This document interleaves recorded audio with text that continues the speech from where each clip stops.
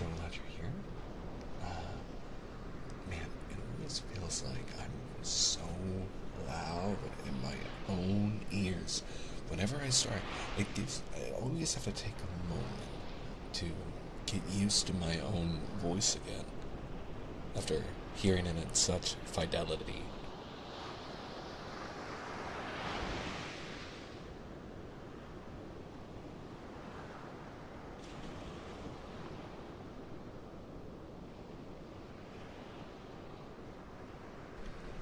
Also, I never feel like I warm up my voice enough, but I'm glad to be here. And today, we're starting a new reading, a new story all together.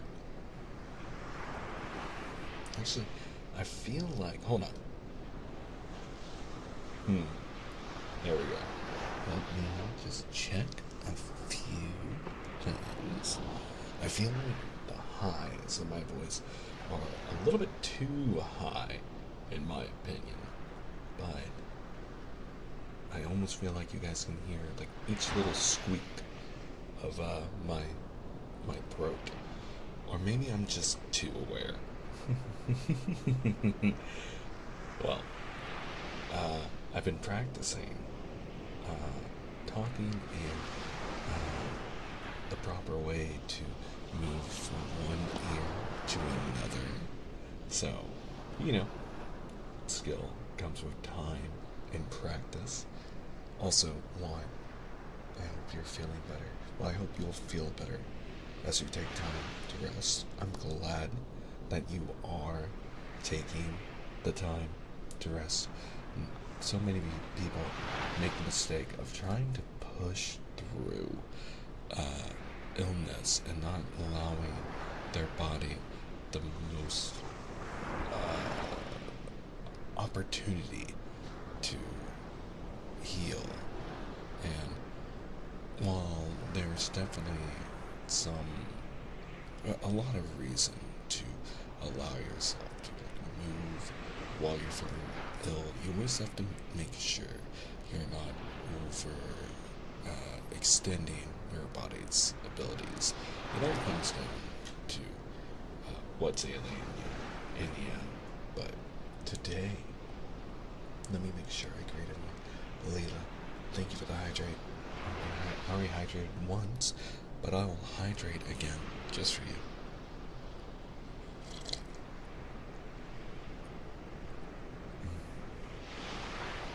Now, we are dual streaming over on YouTube, and for our friends over on YouTube, I am streaming this live as well on Twitch, and our friends over at Twitch get to have the luxury of getting to request triggers and redeem words while I am reading.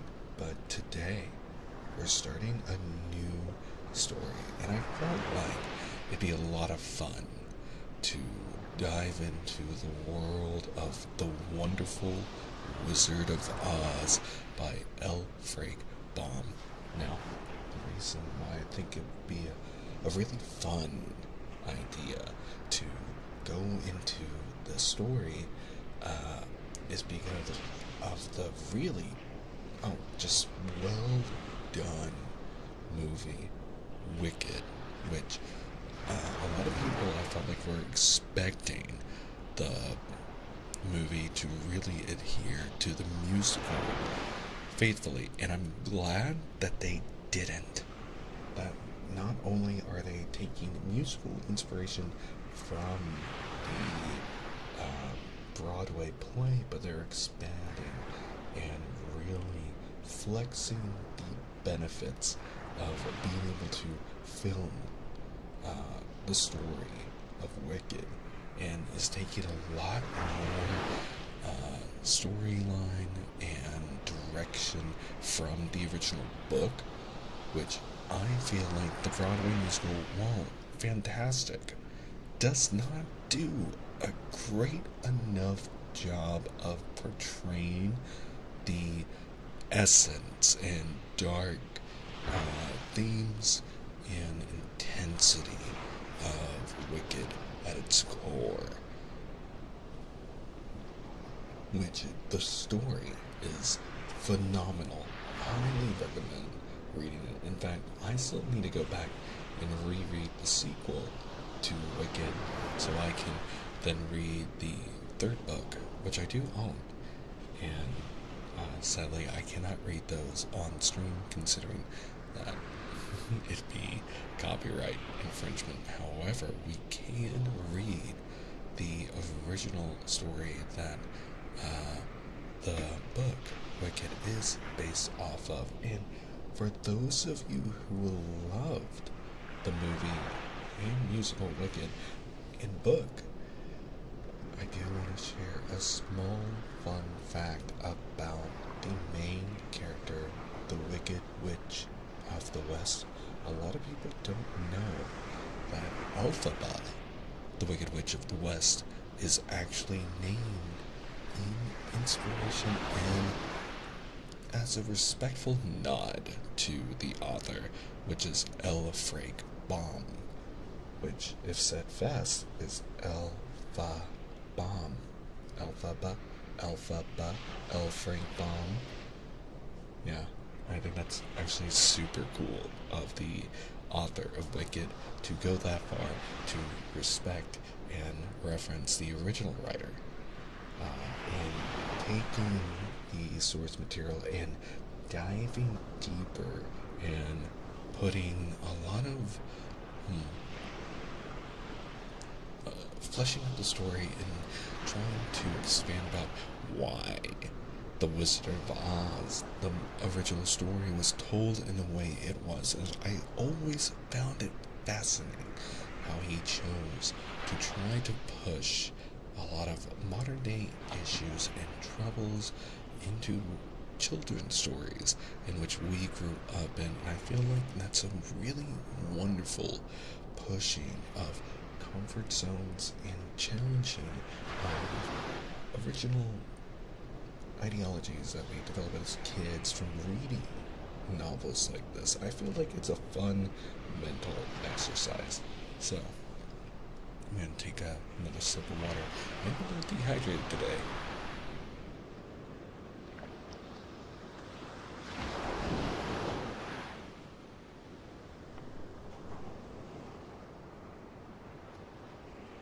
But don't worry, all of my water and liquids are away from my PC. And as a reminder, these the VODs for these storytelling streams are same, definitely on my YouTube and organized into a playlist so that people can go back at their leisure and enjoy the stories in chronological order as I read them to chat, so that people can just put on the playlist and go to bed. Now, I have one announcement, and then we're gonna get started with our reading for the night. But this Saturday, and I believe I want to shoot for 9 a.m. I do need to do a little bit of a pre-checking of sound and quality of the video, and to make sure that it sounds great.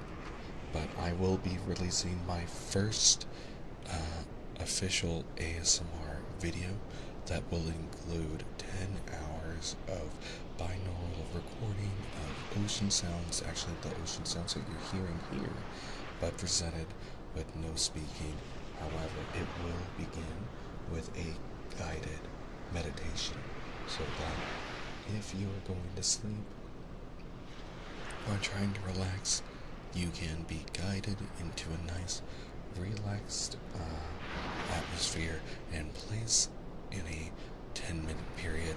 And then the next 10 hours of the video is just beach sounds with ocean waves and just nature, like you're hearing here.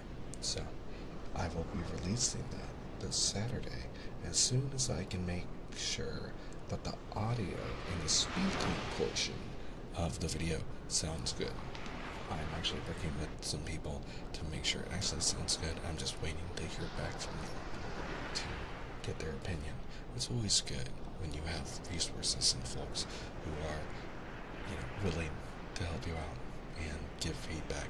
I'm such a stickler for sound that I'm always insistent on having someone double check the work to make sure it is high enough quality to be released. I don't like to release subpar stuff, so I'm very excited. It's the first time I'm releasing anything of this kind of content that is more focused in nature instead of just me yapping.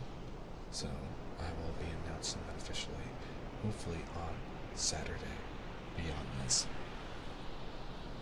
Now, with that being said, and one more sip of water.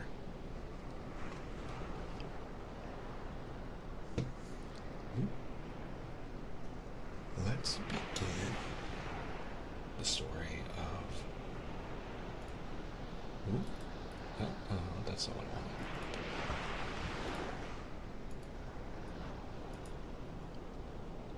Now, where are you going, silly bug? Let's begin our story by reading of The Wonderful Wizard of Oz by L. Frank Baum.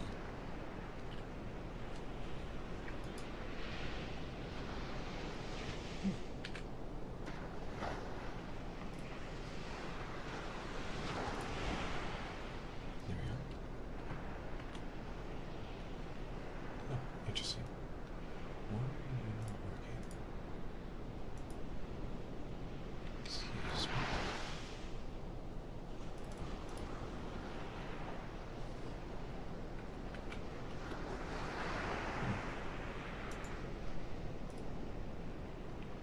It seems that the website is giving me some trouble. 1 second.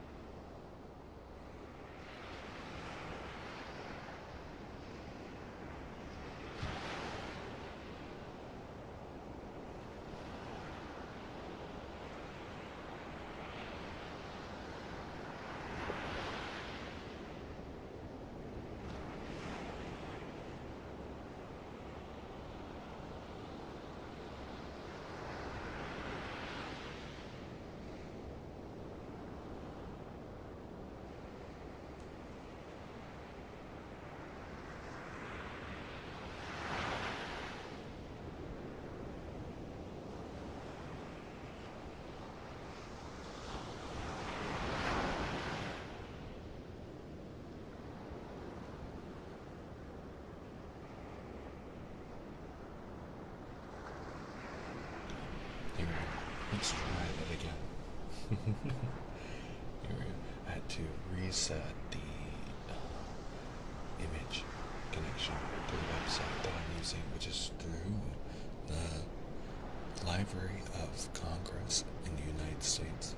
It's nice to know that we still have access to a wonderfully free library. Ooh.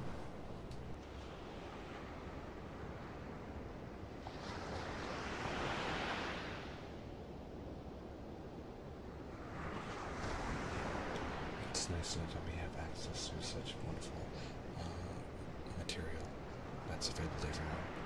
And I just need to check one thing to make sure that we won't be disturbed tonight. 1 second.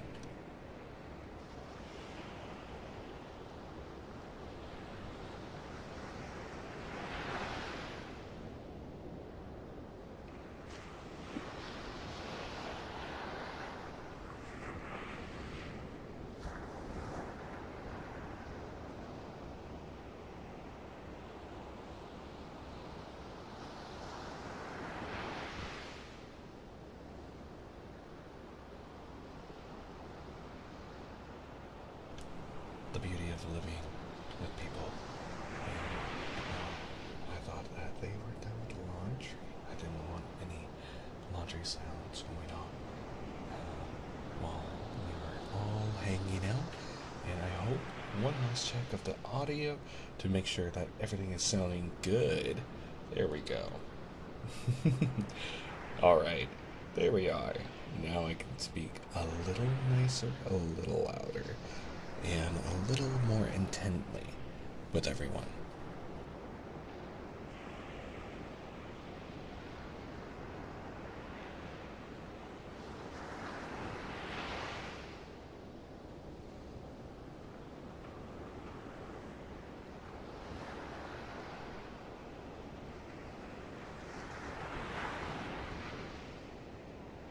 Wonderful.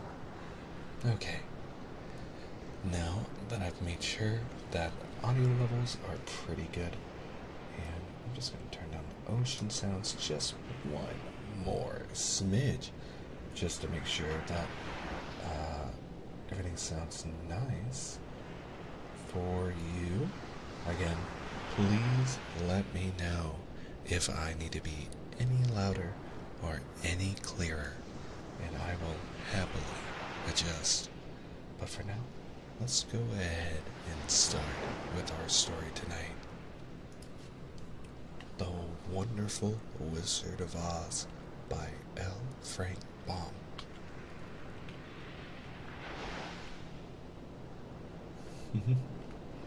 Wow. Really cool to see that this was what, $1.25. Oh, I love the illustrations. Oh, and thank you for the hydrate. I'll hydrate right now.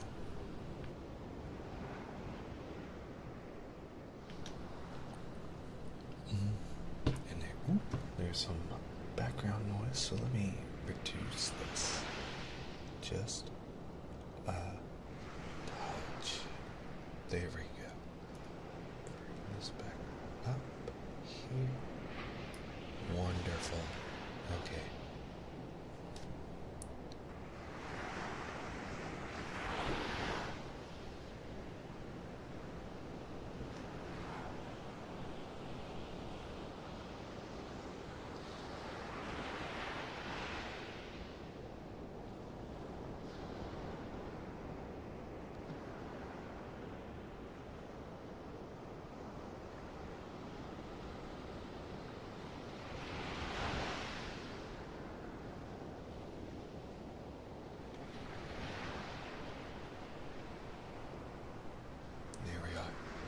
Okay, I think this is a lot nicer, and I almost feel like I have to play some warm up with the mic.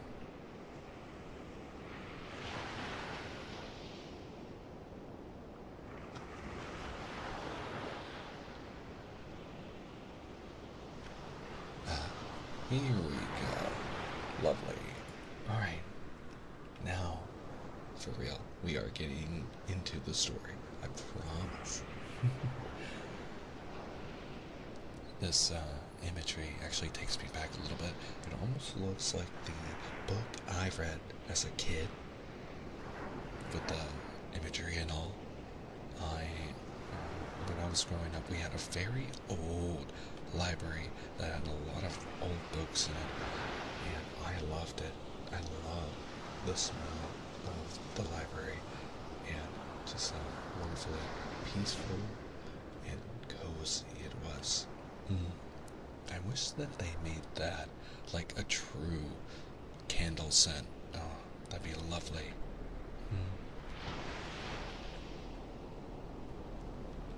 Ooh, an introduction by L. Frank Baum themselves. Folklore, legends, myths, and fairy tales have followed childhood through the ages. For every healthy youngster has a wholesome and instinctive love for stories, fantastic, marvelous, and manifestly unreal.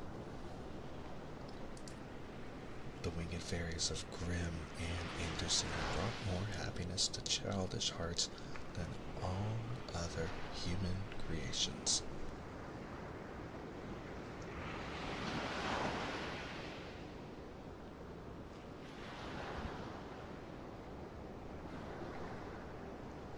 Yet, the old-time fairy tale having served for generations may now be classed as historical in the children's library, for the time has come for a series of new wonder tales in which the stereotyped genie, dwarf, and fairy are eliminated together with all the horrible and blood-curdling incident devised by their authors to point a fearsome moral to each tale.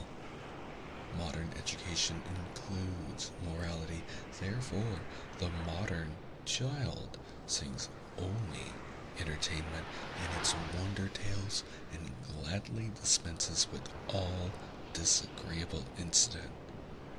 Having this thought in mind, the story of The Wonderful Wizard of Oz was written solely to pleasure children of today.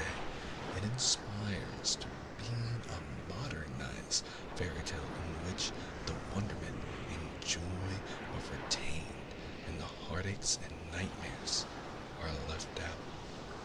Very interesting, because I do know in the Grimm fairy tales, those tales are usually used to scare children into obedience and compliance, as a lot of people know and understand.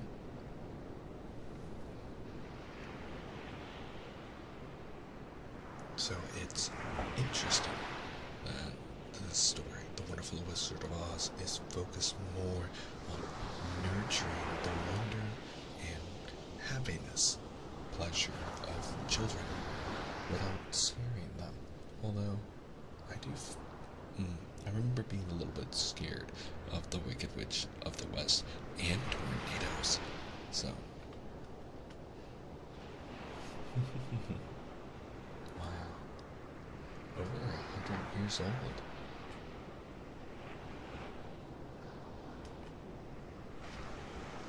Oh, he dedicated the book to his good friend and comrade, his wife, LFP. Cute. Chapter 1, The Cyclone. Dorothy lived in the midst of the great Kansas prairies with Uncle Henry, who was a farmer, and Aunt Em, who was the farmer's wife. Their house was small, for the lumber to build it had to be carried by wagon many miles. There were 4 walls, a floor, and a roof, which made one room, and this room contained a rusty-looking cooking stove, a cupboard for the dishes, a table, 3 or 4 chairs, and the beds. Uncle Henry and Aunt Em had a big bed in one corner, and Dorothy a little bed in another corner. There was no garret at all, and no cellar, except a small hole dug in the ground, called a cyclone cellar, where the family could go in case one of those great whirlwinds arose, mighty enough to crush any building in its path. It was reached by a trap door in the middle of the floor, from which a ladder led down into the small, dark hole. When Dorothy stood in the doorway and looked around, she could not see nothing but the great gray prairie on every side. Not a tree nor a house broke the broad sweep of flat country that reached the edge of the sky in all directions. The sun had baked the plowed land into a gray mass with little cracks running through it. Ooh, sorry, that was me. because of the cracks in the land. Even the grass was not green, for the sun had burned the tops of the long blades until they were the same gray color to be seen everywhere.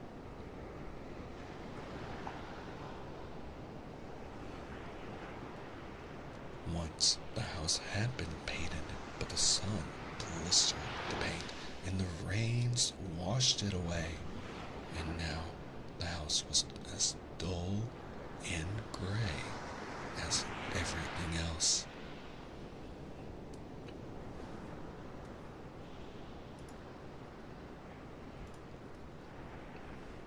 When Aunt Em came there to live, she was a young, pretty wife.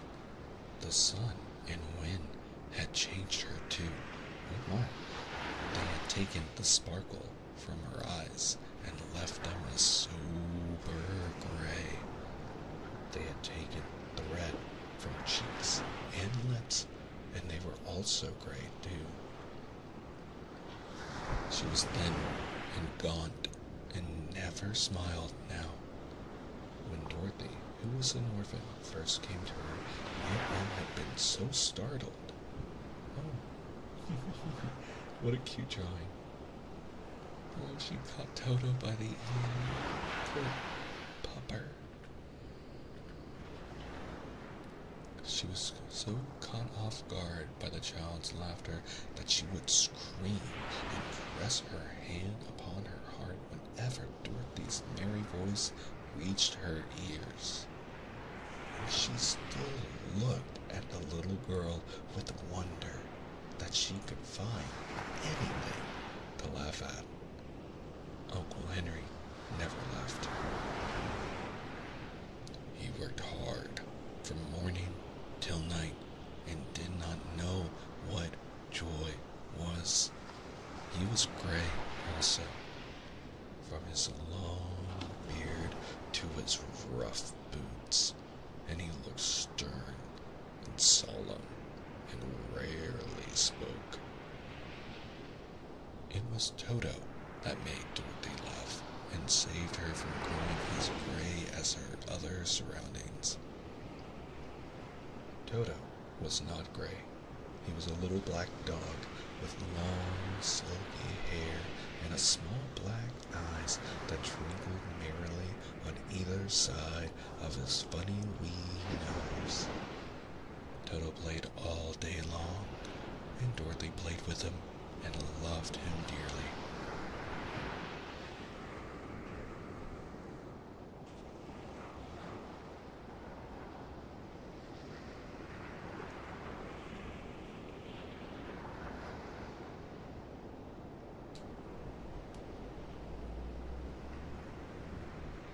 Today, however, they were not playing.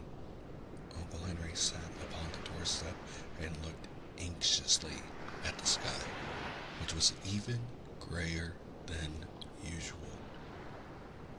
Dorothy stood in the door with Toto in her arms and looked at the sky too. Aunt Em was washing the dishes.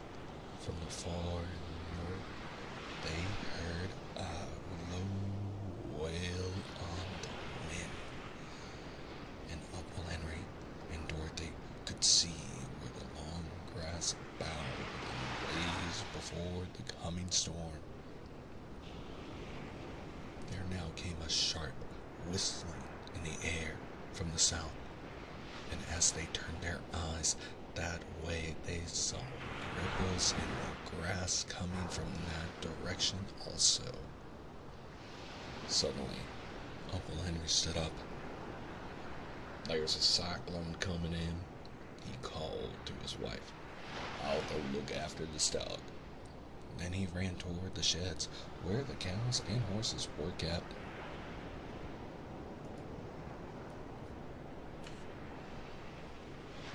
Aunt Em dropped her work and came to the door.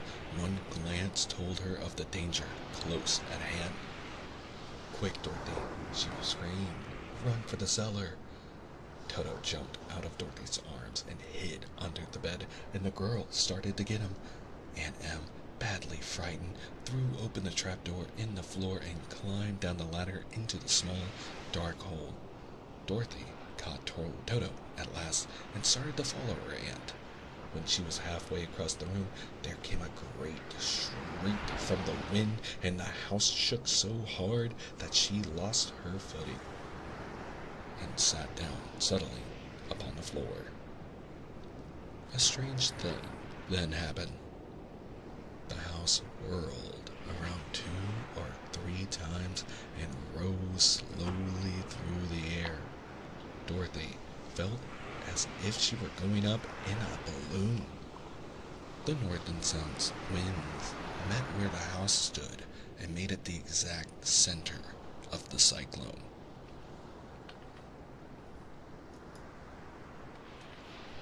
In the middle of a cyclone, the air is generally still, but the great pressure of the wind on every side of the house raised it up higher and higher until it was at the very top of the cyclone. And there it remained and was carried miles and miles away as easily as you could carry a feather. It was very dark, and the wind howled horribly around her. But Dorothy found she was riding quite easily. After the first few whirls around, and one other time when the house tipped badly, she felt as if she were being rocked gently, like a baby in a cradle. Toto did not like it. He ran about the room, now here, now there, barking loudly. But Dorothy sat quite still on the floor and waited to see what would happen. Once Toto got too near the open trapdoor and fell in, and at first the little girl thought she had lost him. But soon she saw one of his ears sticking up through the hole, for the strong pressure of the air was keeping him up so that he could not fall. She crept to the hole, caught Toto by the ear, and dragged him into the room again, afterward closing the trapdoor so that no more accidents could happen. Hour after hour passed away, and slowly Dorothy got over her fright, but she felt quite lonely, and the wind shrieked so loudly all about her that she nearly became deaf. At first, she had wondered if she would be dashed to pieces when the house fell again, but as the hours passed and nothing terrible happened, she stopped worrying and resolved to wait calmly and see what the future would bring. At last, she crawled over the swaying floor to her bed and lay down upon it, and Toto followed and lay down beside her. In spite of the swaying of the house and the wailing of the wind, Dorothy soon closed her eyes and fell fast asleep. Now, pausing here, I find it very interesting that the entirety of Kansas, which I've visited Kansas before, there's not a lot out there outside of Kansas City, but it is interesting that everything was described so sun-baked and gray and lifeless, which is something I commonly heard about the Midwest during this time, considering apparently a lot of farms were being made, and the Great Dust Bowl, I believe, occurred not too long or before after this time in history when the book was written. For those of you who don't know what that is, that was a period of time in America in which overforestation, I believe, of farms and just the design of the farmland and the plains created just a path of wind and weather that sucked out all the moisture of the air, that did not allow plants to grow, and caused massive droughts. And the way they solved it was by planting trees and bushes and reforesting and helping to maintain a more eco-friendly system.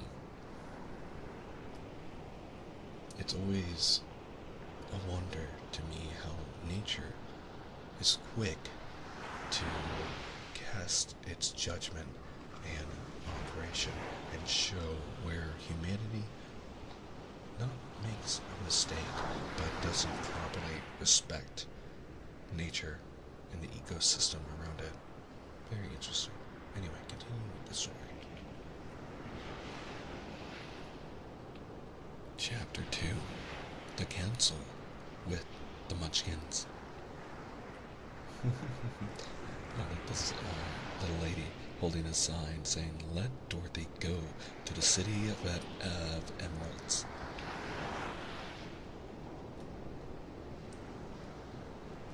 She was awakened by a shock so sudden and severe that if Dorothy had not been lying on the soft bed, she might have been hurt. As it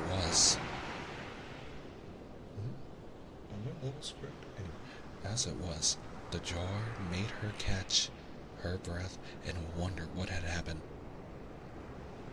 And Toto put his cold little nose into her face and whined dismally. Dorothy sat up and noticed that the house was not moving, nor was it dark, for the bright sunshine came in at the window, flooding the little room. She sprang from her bed, and with Toto at her heels, ran and opened the door. Boom! Oop, I didn't mean to burp right in your ears. Whoopsies. Oh my goodness, that was the first time I actually burped in my ASMR mic. Well, good morning, everyone. Oh goodness. Well, anyway, she sprang from her bed, with Toto at her heels, ran and opened the door, and was greeted by a burp from a munchkin. The little girl gave up crying of amazement and looked about her, her eyes growing bigger and bigger at the wonderful sights she saw. The cyclone had set the house down very gently for a cyclone in the midst of a country of marvelous beauty. There were lovely patches of green sward all about, with stately trees bearing rich and luscious fruits. Banks of gorgeous flowers were on every hand, and birds with rare and brilliant plumage sang and fluttered in the trees and bushes. A little way off was a small brook, rushing and sparkling along between green banks and murmuring in a voice very grateful to a little girl who had lived so long on the dry, gray prairies.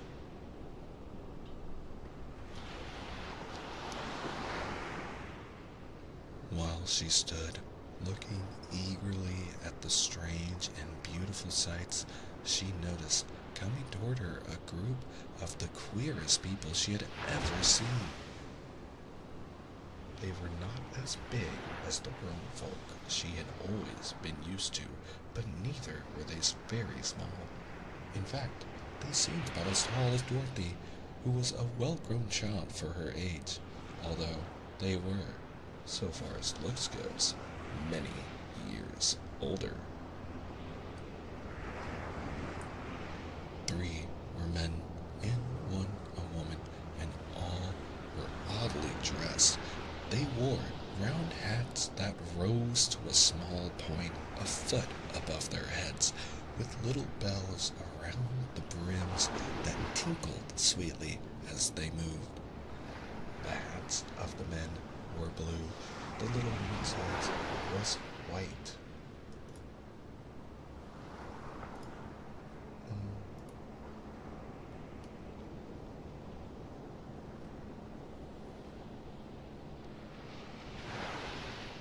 I lost my place.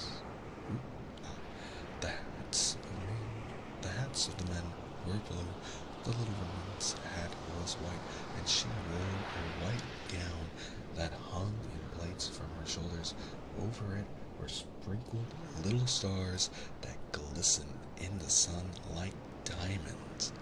The men were dressed in blue of the same. And here, I'll take a moment for you to look at this wonderful little photo of I believe, the Witch of the North, Ariana Grande, and Three Munchkin Men.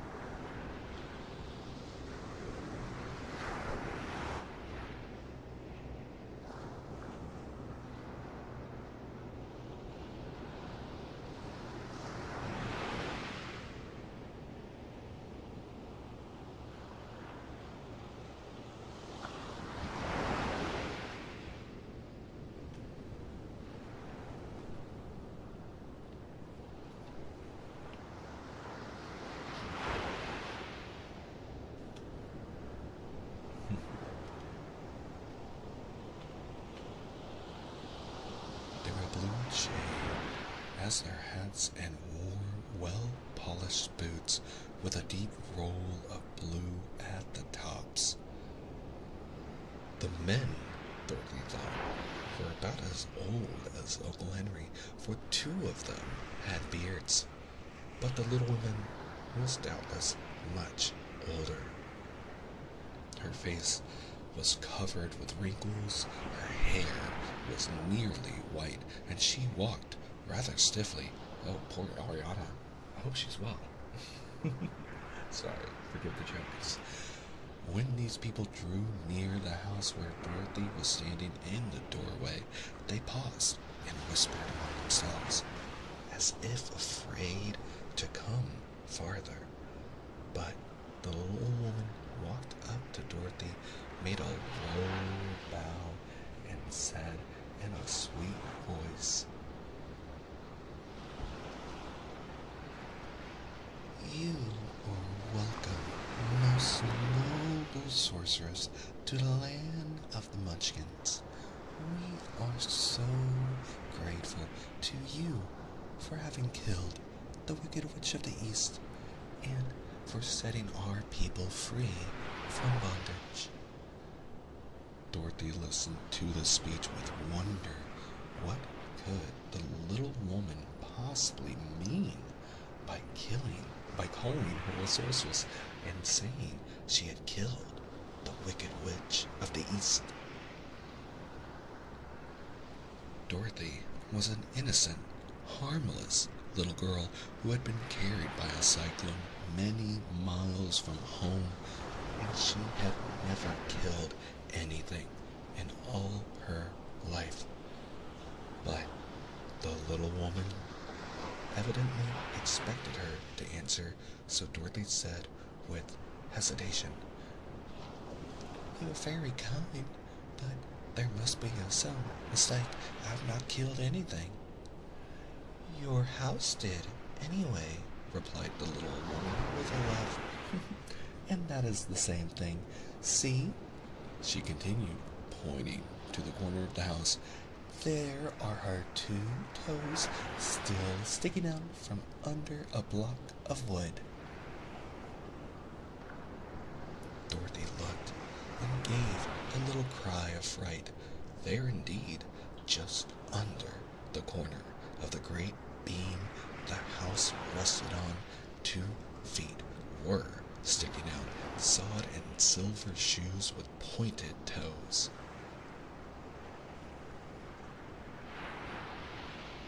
Oh dear, cried Dorothy, clasping her hands together in dismay. The house must have fallen on her. Whatever shall we do?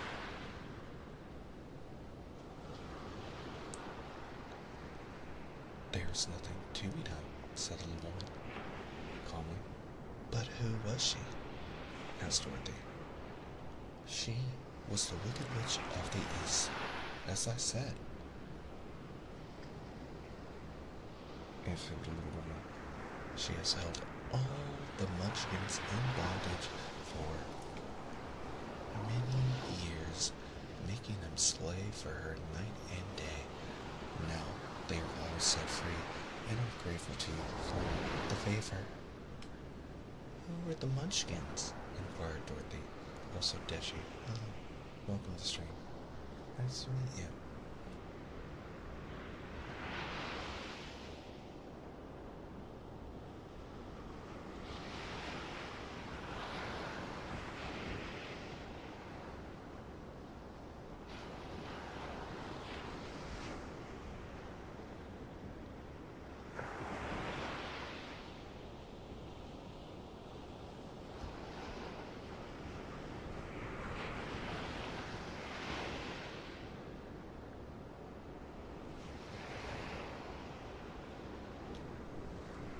Sorry, got a little alert that your message might be a little problematic for what it could stand for, so I hope you forgive me that I got rid of it. But we are a very cozy atmosphere, and I'm glad you're here. I hope you continue spending time with us today.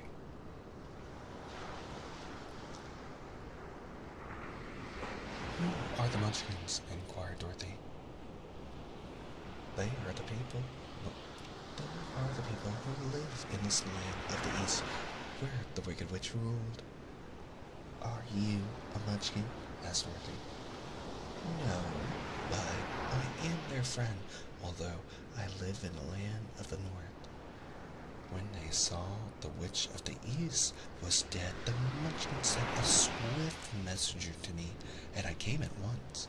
I am the Witch of the North. Oh, gracious, cried Dorothy.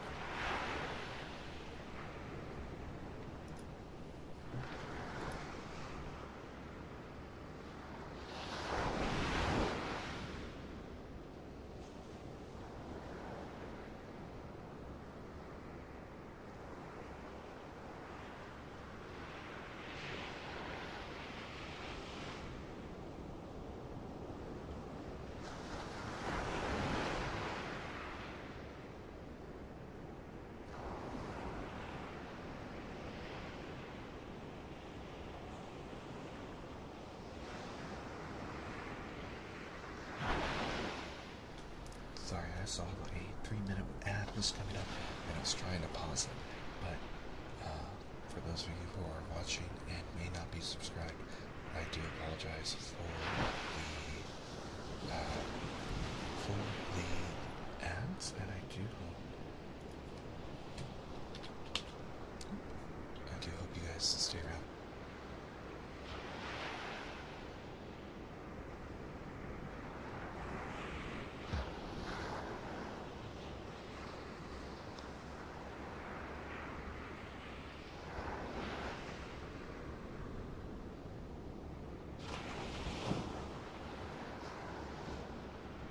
And thank you for the hydrate. I'll hydrate right now.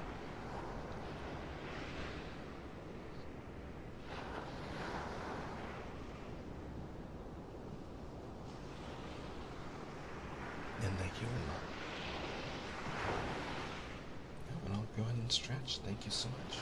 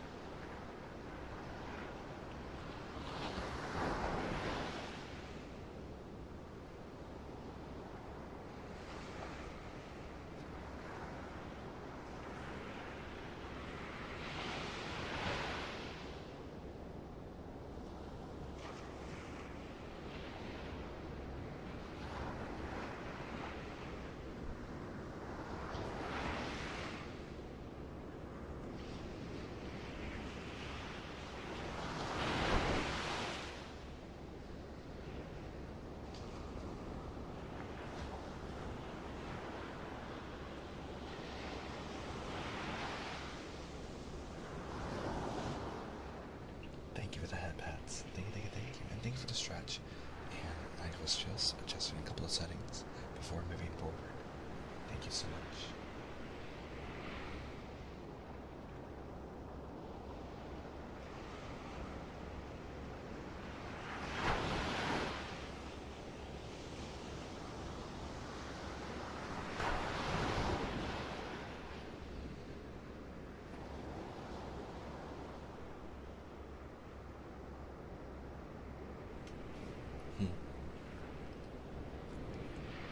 Who are the Munchkins? Inquired Dorothy.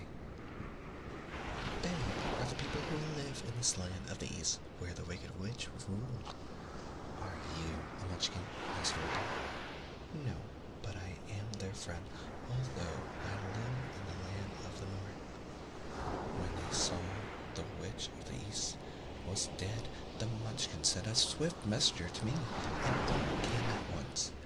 I am the Witch of the North. And also, welcome back everyone from ads. I'm glad I got to wait to let you all catch up with the stories. I always feel bad when ads play over here on Twitch, but I do appreciate you all continuing to hang out with me.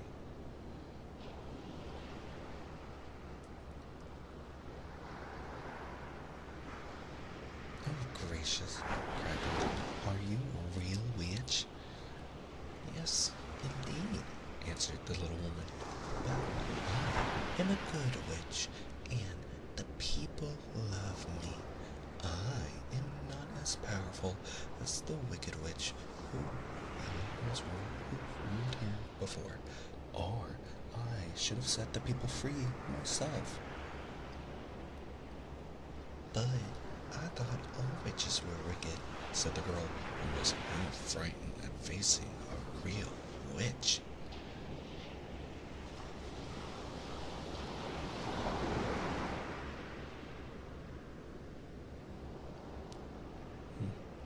I lost my place. Oh no, that is a great mistake.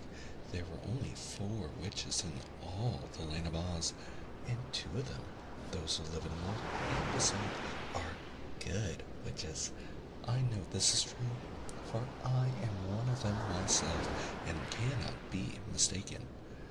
Those who dwelt in the east and the west were indeed wicked witches, but now that you've killed one of them, there is but one wicked witch in all the land of Oz, the one who lives in the west. Aye, said Dorothy, after a moment's thought. Let me tap back in. Aunt Em has told me that the witches were all dead years and years ago. Who is Aunt Em? Inquired the little old woman. She's my aunt who lives in Kansas, where I came from. The Witch of the North seemed to think for a time, with her head bowed and her eyes up upon the ground.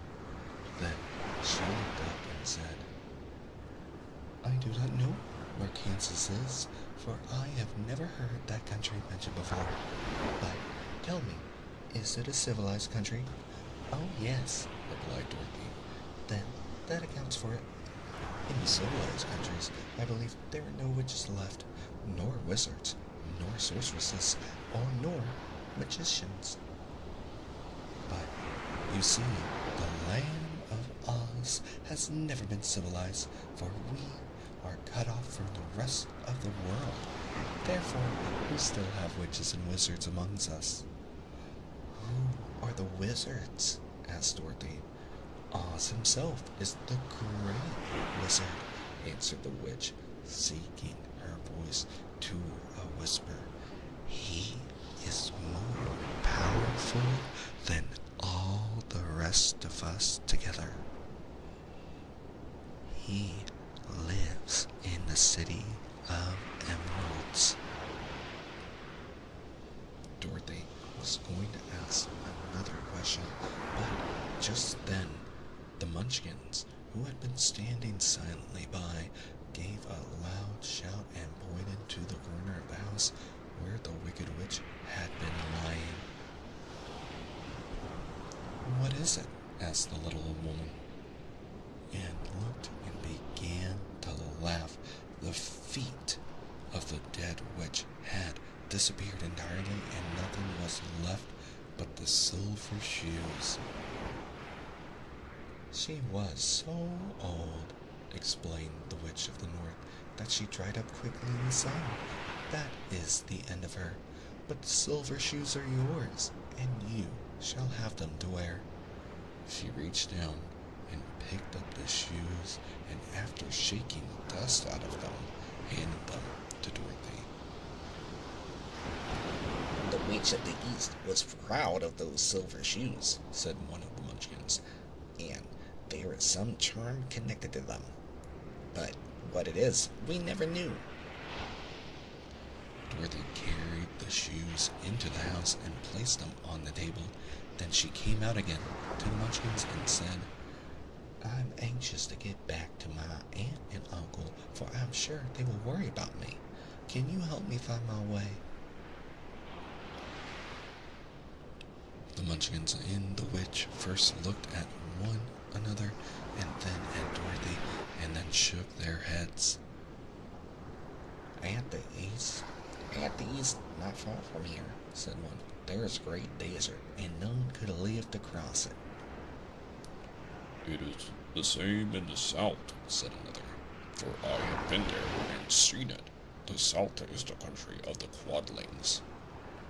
"I'm told," said the third man, "that it's the same at the west, and that country where the Winkies live is ruled by the wicked witch of the west, who would make you her slave if you passed her way." "The north is my home," said the old lady, "and at its edge is the same great desert that surrounds this land of Oz. I'm afraid, my dear, you will have to live with us."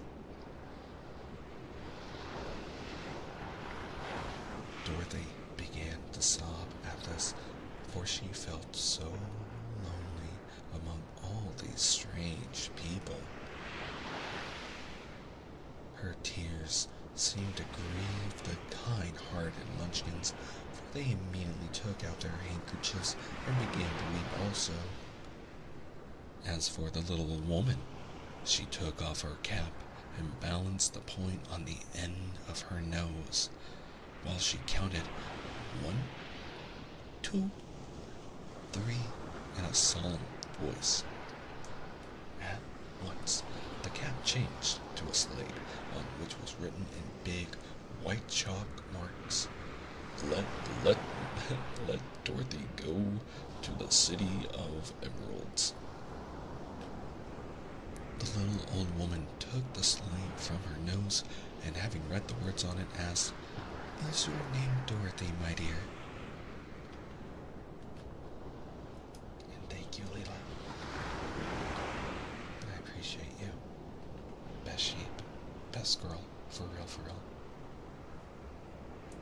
"Yes," answered the child, looking up and drying her tears. "Then you must go to the city of emeralds. Perhaps Oz will help you."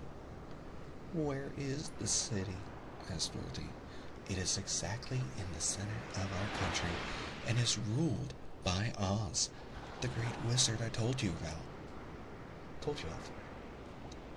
"Is he a good man?" inquired the girl anxiously. "He is a good wizard. Whether he's a man or not, I cannot tell, for I have never seen him." "How can I get there?" asked Dorothy. "You must walk. It is a long journey through a country that is sometimes pleasant and sometimes dark and terrible. However, I will use all the magic arts I know of to keep you from harm." "Oh, won't you go with me?" pleaded the girl, who had begun to look upon the little old woman as her only friend. "No, I cannot do that," she replied, "but I will give you my kiss, and no one will dare injure a person who has been kissed by the Witch of the North.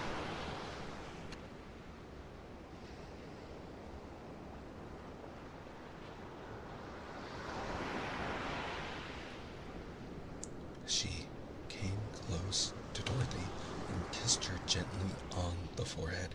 Where her lips touched the girl, they left a round, shining mark, as Dorothy found out soon after.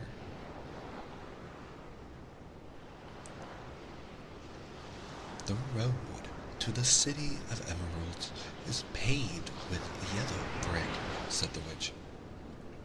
So you cannot miss it. When you get to Oz, do not be afraid of him, but tell your story and ask him to help you. Goodbye, my dear.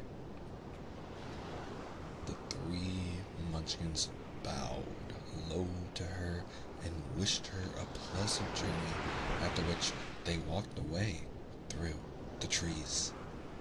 The witch gave Dorothy a friendly little nod, rolled around on her left heel 3 times, and straightway disappeared.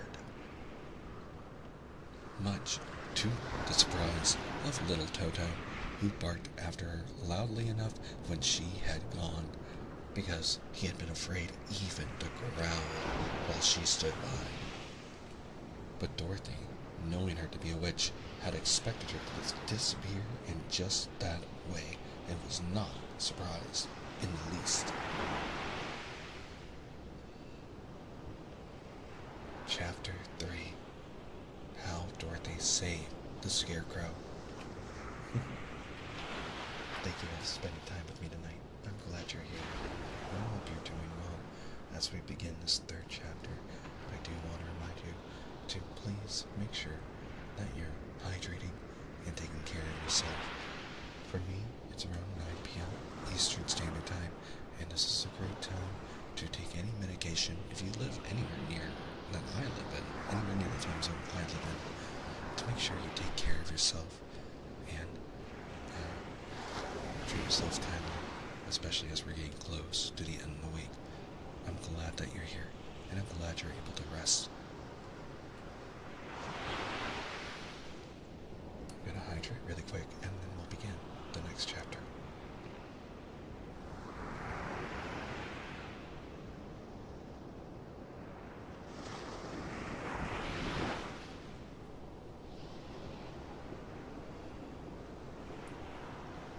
When Dorothy was left alone, she began to feel hungry. So she went to the cupboard and cut herself some bread, which she spread with butter. She gave some to Toto, and taking a pail from the shelf, she carried it down to the little brook and filled it with clear, sparkling water. Toto ran over to the trees and began to bark at the birds sitting there. Dorothy went to get him and saw such delicious fruit hanging from the branches that she gathered some of it, finding it just what she wanted to help out her breakfast. Then she went back to the house, and having helped herself and Toto to a good drink of the cool, clear water, she set about making ready for the journey to the city of emeralds. Dorothy had only one other dress, but that happened to be clean and was hanging on a peg beside her bed. It was gingham, with checks of white blue, and although the blue was somewhat faded with many washings, it was still a pretty frock. The girl washed herself carefully, dressed herself in a clean gingham, and tied her pink sunbonnet on her head. She took a little basket and filled it with bread from the cupboard, laying a white cloth over the top. Then she looked down at her feet and noticed how old and worn her shoes were.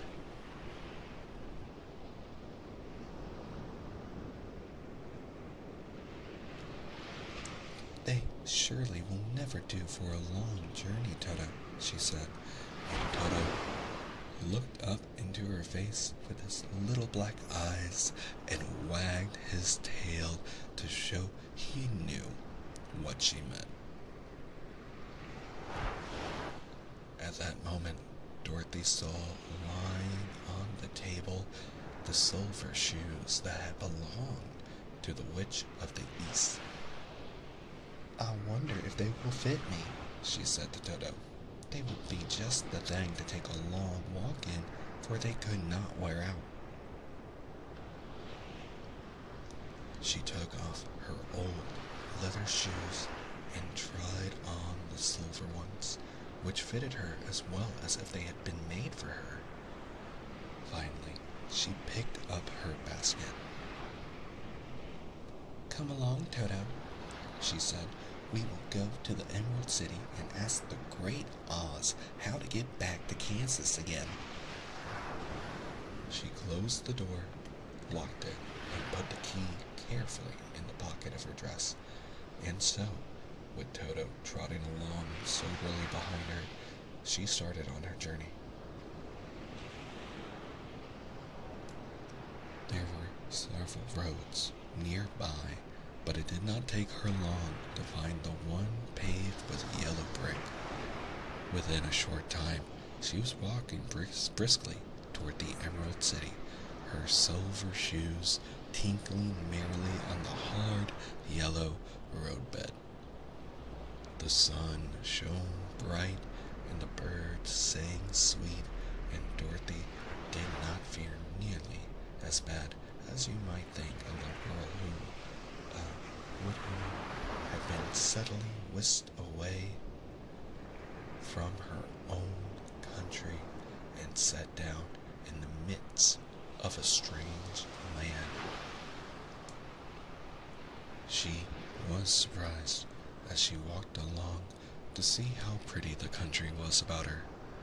There were neat fences at the sides of the road, painted a dainty blue color, and beyond them were fields of grain and vegetables in abundance. Evidently, the Munchkins were good farmers and able to raise large crops. Once in a while, she would pass a house, and the people came out to look at her and bow low as she went by, for everyone knew she had been the means of destroying the wicked witch and setting them free from bondage. The houses of the Munchkins were odd-looking dwellings, for each was round with a big dome for a roof. All were painted blue, for in this country of the East, blue was the favorite color. Oh, blue is a really nice color. Towards evening, when Dorothy was tired with her long walk and began to wonder where she should pass the night, she came to a house rather larger than the rest.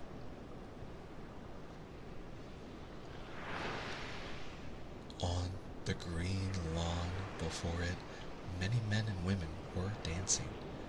5 little fiddlers played as loudly as possible, and the people were laughing and singing, while a big table nearby was loaded with delicious fruits and nuts and pies and cakes and many other good things to eat.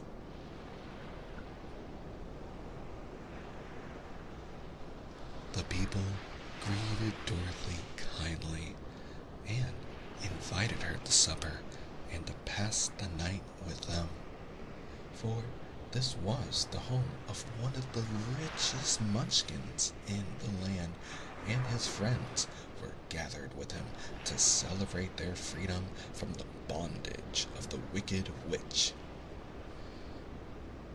Dorothy ate a hearty supper and was waited upon by the rich Munchkin himself, whose name was Bach. Bach from Wicked, if anyone remembers. Then she sat down upon a settle and watched the people dance. When Bach saw her silver shoes, he said, "You must be a great sorceress." Why? Asked the girl. Because you wear silver shoes and have killed the wicked witch. Besides, you have white in your frock, and only witches and sorceresses wear white. Interesting. Cute. Oh my goodness.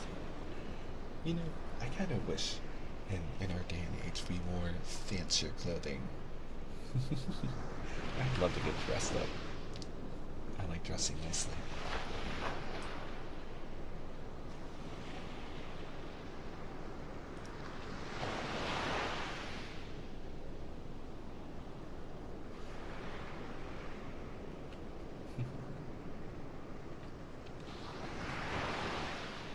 My dress is blue and white checked, said Dorothy, smoothing out the wrinkles in it. It is kind for you to wear that, said Bach. Blue is the color of the Munchkins, and white is the witch color, so we know you are a friendly witch. Dorothy did not know what to say to this, for all the people seemed to think her a witch, and she knew very well she was only an ordinary little girl who had come by the chance of a cyclone into a strange land. When she had tired watching the dancing, Bach led her into the house, where he gave her a room with a pretty bed in it. The sheets were made of blue cloth, and Dorothy slept soundly in them till morning, with Toto curled up on the blue rug next to her. She ate a hearty breakfast and watched a wee Munchkin baby who played with Toto and pulled his tail and crowed and laughed in a way that greatly amused Dorothy. Toto was a fine curiosity to all the people, for they had never seen a dog before. "How far is it to the Emerald City?" the girl asked. I do not know, answered Bach gravely, for I've never been there. It is better for people to keep away from Oz unless they have business with him. But it is a long way to the Emerald City, and it will take you many days.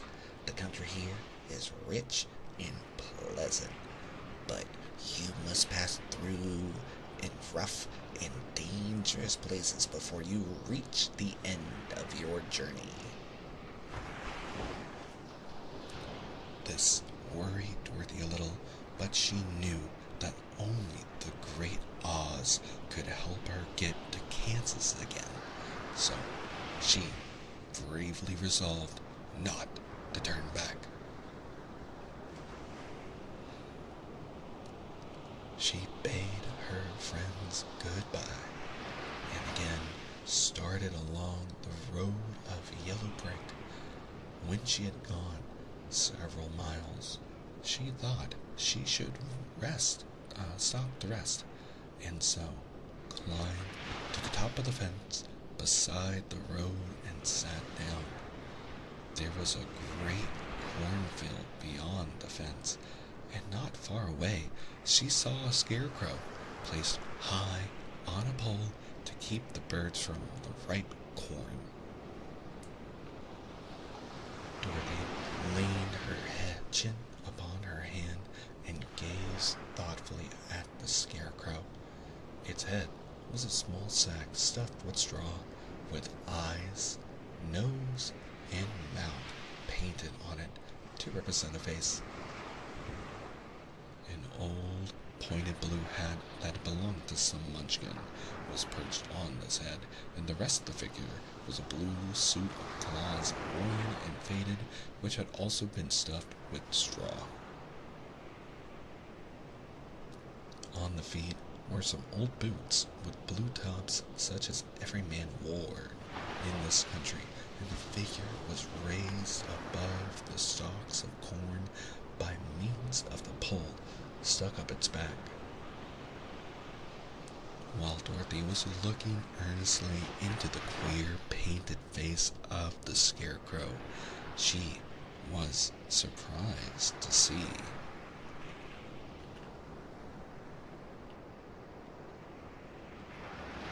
Oh my. These drawings are so cute. I really like them. It makes me happy.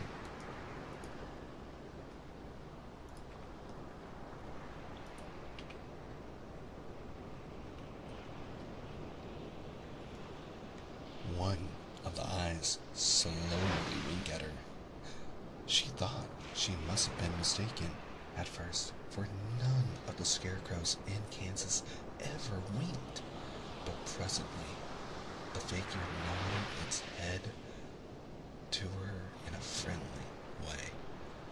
Then she climbed down from the fence and walked up to it, while Toto ran around the pole and barked.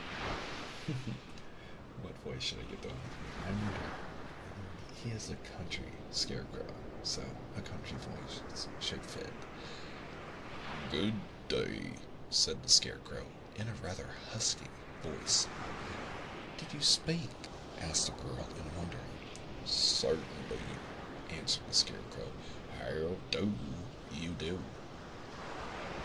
I'm pretty well, thank you, replied Dorothy politely. How do you do?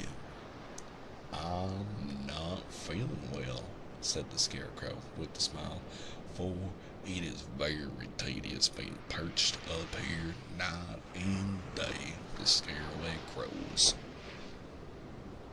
Can't you get down? asked Dorothy. Nope, for this pole is stuck up my back. If you will please take away the pole, I shall be greatly obliged to you. You're doing good, honestly? I'm so glad you're relaxed. I'm glad you're here, Watt. And everyone else, thank you so much for being here. I'm glad you're enjoying the time. And thank you for the hydrate. I'll hydrate right meow.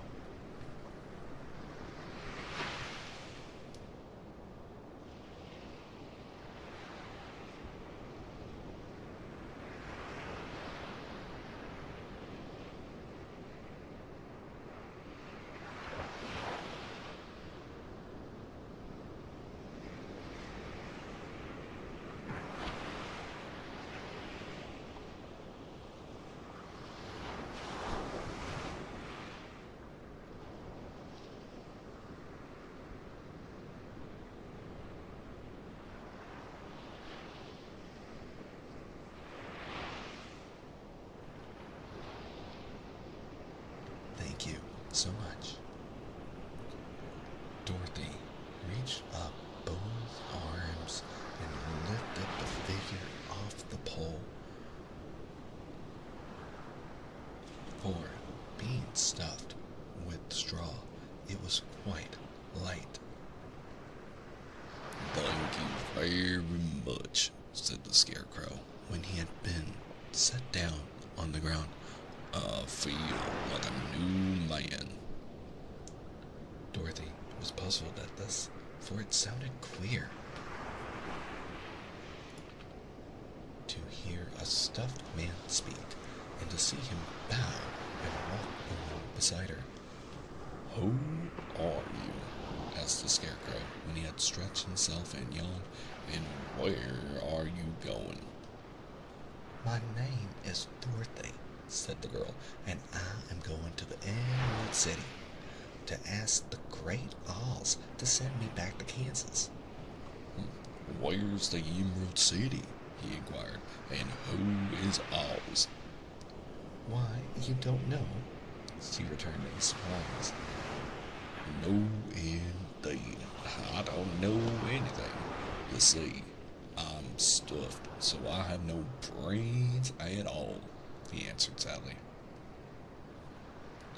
Oh, said Dorothy, I'm awfully sorry for you.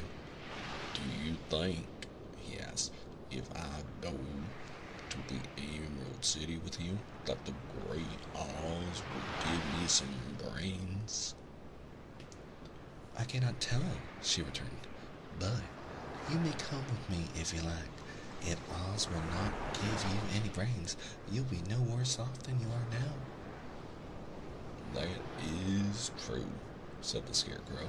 You see, he continued confidently, I don't mind my legs and arms and body being stuffed because I cannot get hurt. If anyone treads on my toes or sticks a pin into me, it don't matter, for I can't feel it. But I do not want people to call me a fool, and if my head stays stuffed with straw instead of with brains as yours is, how am I ever to know anything? I understand how you feel, said the little girl, who was truly sorry for him. If you come with me, I'll ask Oz to do all he can for you. Thank you, He answered gratefully. They walked back to the road.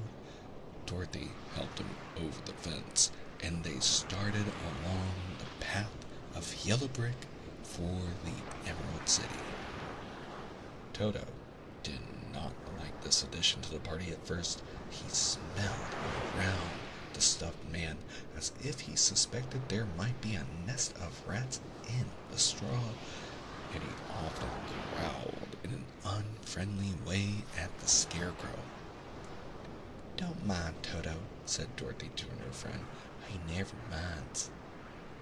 Oh, I'm not afraid, replied the Scarecrow. He can't hurt strong. Do let me carry that basket for you. I shall not mind it, for I can't get tired. I'll tell you a secret, he continued as he walked along. There is only one thing in the world that I'm afraid of. What is that? Asked Dorothy. The Munchkin farmer who made you? Nope, answered the Scarecrow. It's a lighted match.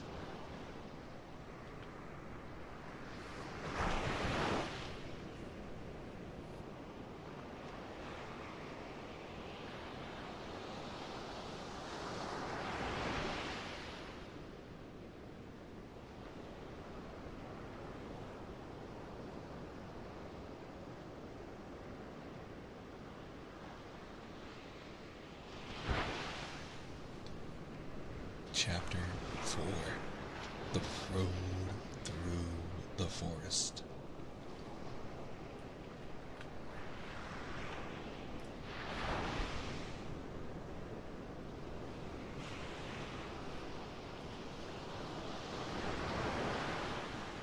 After a few hours, the road began to be rough, and the walking grew so difficult that the Scarecrow often stumbled over the yellow brick, which were here very uneven.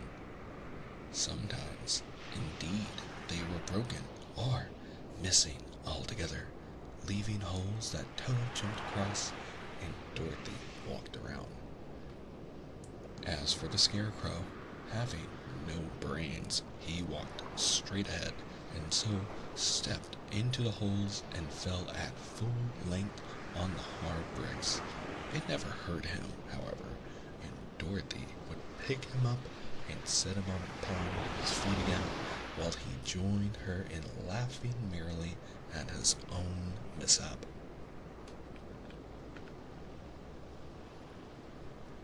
The farms were not nearly so well cared for here as they were farther back. There were fewer houses and few fruit trees, and the farther they went, the more dismal and lonesome the country became. At noon, they sat down by the roadside near a little brook, and Dorothy opened her basket and got out some bread. She offered a piece to the Scarecrow, but he refused. "I'm never hungry," he said, "and it is a lucky thing I am not, for my mouth is all painted, and if I should cut a hole in it so I could eat, the straw I am stuffed with would come out, and that would spoil the shape of my head." Dorothy saw at once that this was true, so she only nodded and went on eating her bread. "Tell me something about yourself and the country you came from," said the Scarecrow when she had finished her dinner. So she told him all about Kansas and how great everything was there.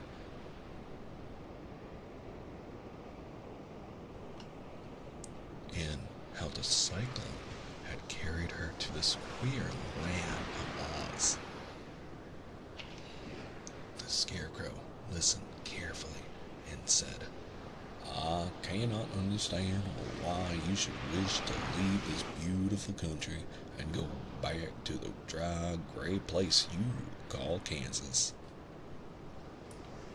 "That is because you have no brains," answered the girl. "No matter how dreary and gray our homes are, we people of flesh and blood would rather live there than in..." Oh, pausing because of this really cute little art. I like Toto. Toto's a cute dog.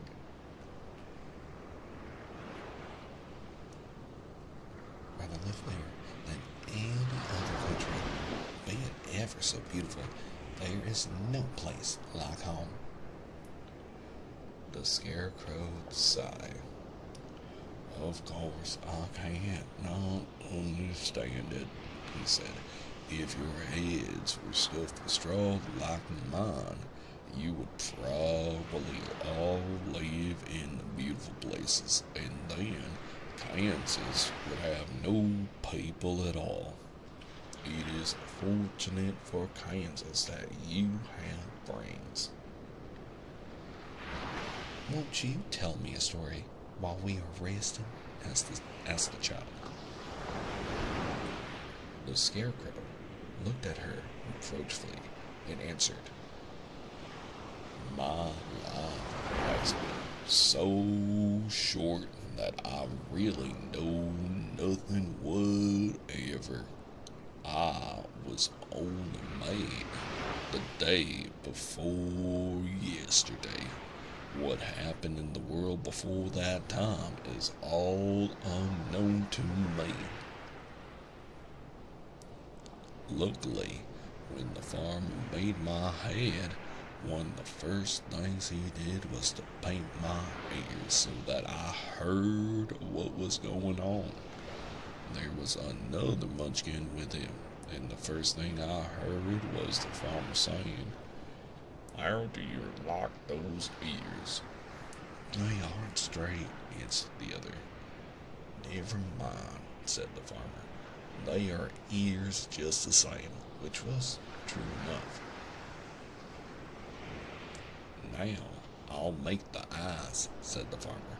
So he painted my right eye, and as soon as it was finished, I found myself looking at him and everything around me with a great deal of curiosity, for this was my first glimpse of the world.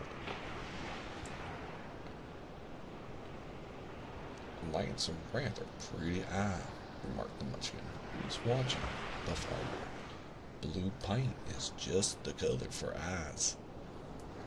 "I think I'll make the other a little bigger," said the farmer, and when the second eye was done, I could see much better than before. Then he made my nose and my mouth, but I did not speak, because at that time I didn't know what a mouth was for. I had the fun of watching him make my body, and legs. And when they fastened on my head at last, I felt very proud, for I thought I was just as good a man as anyone. This fellow will scare the crows fast enough, said the farmer. He looks just like a man. Why, he is a man, said the other, and I quite agreed with him. The farmer carried me under his arm to the cornfield and set me up on a tall stick where you found me. He and his friend soon after walked away and left me all alone. I did not like to be deserted this way, so I tried to walk after them, but my feet would not touch the ground, and I was forced to stay on that pole. It was a lonely life to lead, for I had nothing to think of, having been made such a little while before. Many crows and other birds flew into the cornfield, but as soon as they saw me, they flew away again, thinking I was a munchkin, and this pleased me and made me feel that I was quite an important person. By and by, an old crow flew near me, and after looking at me carefully, he perched upon my shoulder and said, I wonder if that farmer thought to fool me in this clumsy manner. Any crow with sense could see that you are only stuffed with straw. Then he hopped down at my feet and ate all the corn he wanted. The other birds, seeing he was not harmed by me, came to eat the corn too. So, in a short time, there was a great flock of them about me.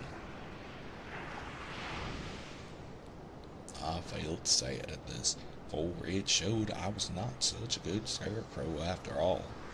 But the old crow comforted me, saying, if you only had brains in your head, you would be as good a man as any of them, and a better man than some of them.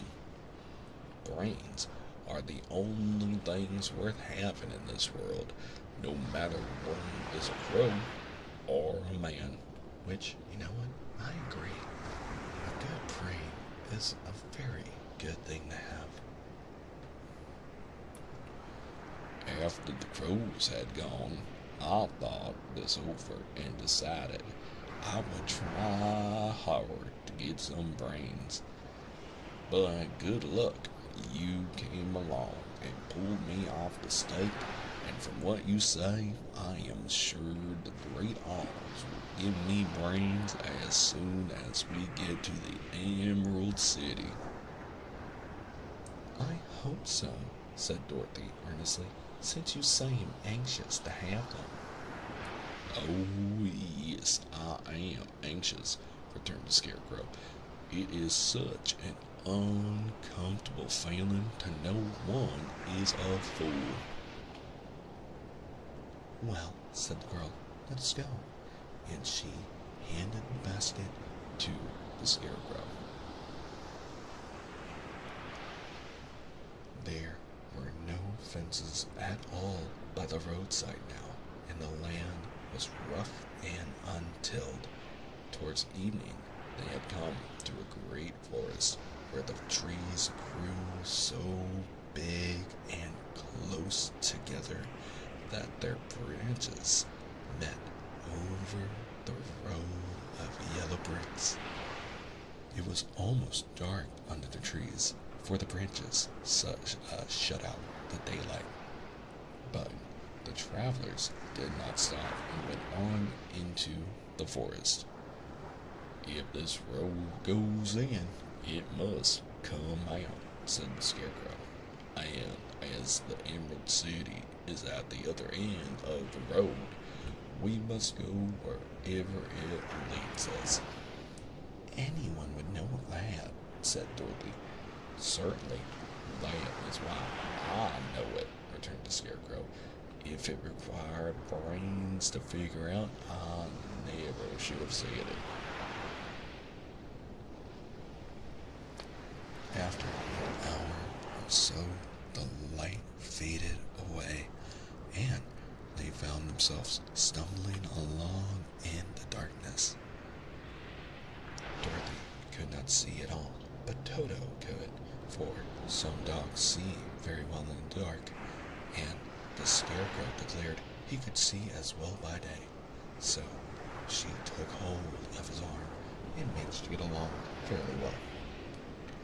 If you see any house or any place where we can pass the night, she said, you must tell me, for it is very uncomfortable walking in the dark. Soon after, the Scarecrow stopped. I see a little cottage at the right of us, he said, built of logs and branches. Shall we go there? Yes, indeed, Answered the child. I am all tired out. So the Scarecrow led her through the trees until they reached the cottage, and Dorothy entered and found a bed of dried leaves in one corner. She lay down at once, and with Toto beside her, soon fell into a sound sleep. The Scarecrow, who was never tired, stood up in another corner and waited patiently for until morning arrived.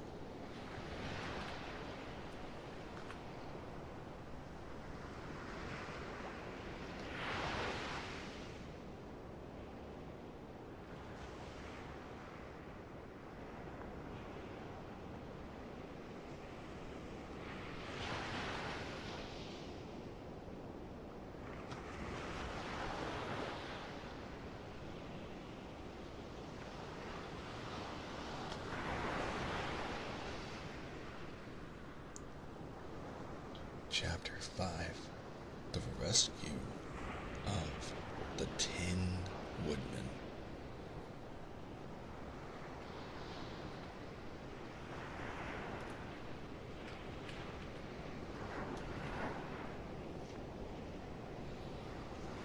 When Dorothy awoke, the sun was shining through the trees, and Toto had long been out chasing birds and squirrels. She sat up and looked around her. There was the Scarecrow, still standing patiently in his corner, waiting for her. we must go and search for water, she said to him. Why do you want water? He asked. To wash my face clean after dust of the road, and to drink, so the dry bread will not stick in my throat. It must be inconvenient to be made of flesh, said the Scarecrow thoughtfully. Or you must sleep and eat and drink. However, you have brains, and it is worth a lot of bother to be able to think properly. They left the cottage and walked through the trees until they found a little spring of clear water, where Dorothy drank and bathed and ate her breakfast. She saw there was not much bread left in the basket, and the girl was thankful the Scarecrow did not have to eat anything, for there was scarcely enough for herself and Toto for the day. When she had finished her meal and was about to go back to the road of yellow brick, she was startled to hear a deep groan nearby. What was that? She asked timidly. Cannot imagine, replied the Scarecrow, but we can go and see. Just then, another groan reached their ears, and the sound seemed to come from behind them. They turned and walked through the forest a few steps when Dorothy discovered something shiny, an ray of sunshine that fell between the trees. She ran to the place and then stopped short with a cry of surprise. One of the big trees had been partly chopped through, and standing beside it with an uplifted axe in his hands was a man made entirely of tin.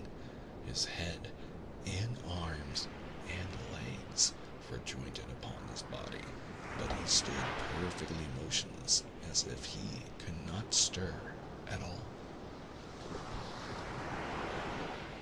Dorothy looked at him in amazement, and so did the Scarecrow, while Toto barked sharply and made a snap at the 10 legs, which hurt his teeth.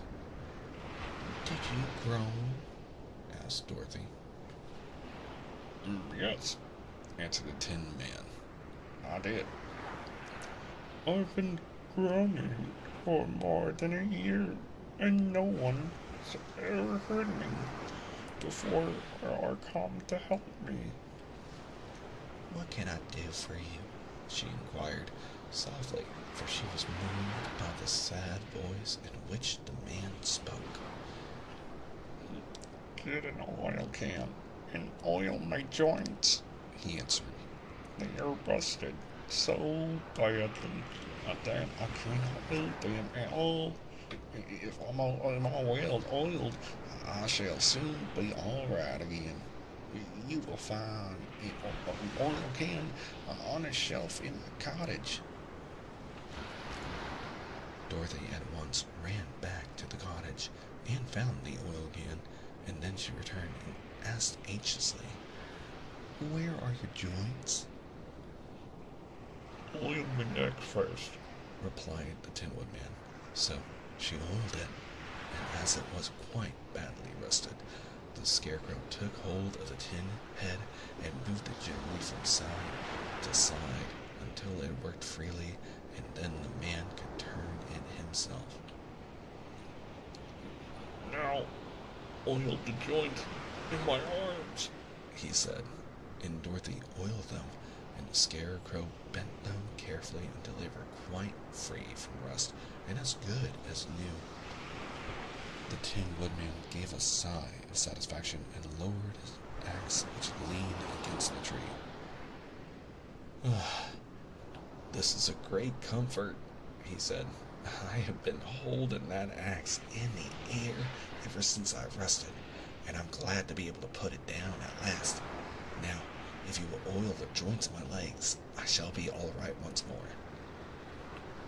So they oiled his legs until he could move them freely, and he thanked them again and again for his release, for he seemed a very polite creature and very grateful.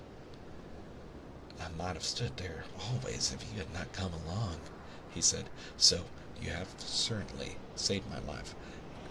How did you happen to be here?" "We are on our way to the Emerald City to see the Great Oz," she answered, "and we stopped at your cottage to pass the night." "Why do you wish to see Oz?" he asked. "I want him to send me back to Kansas, and the Scarecrow wants him to put a few brains into his head," she replied. The Tin Woodman appeared to think deeply for a moment. Then he said, "Do you suppose Oz could give me a heart?" "Why, I guess so," Dorothy answered. "It would be as easy as to give the Scarecrow brains."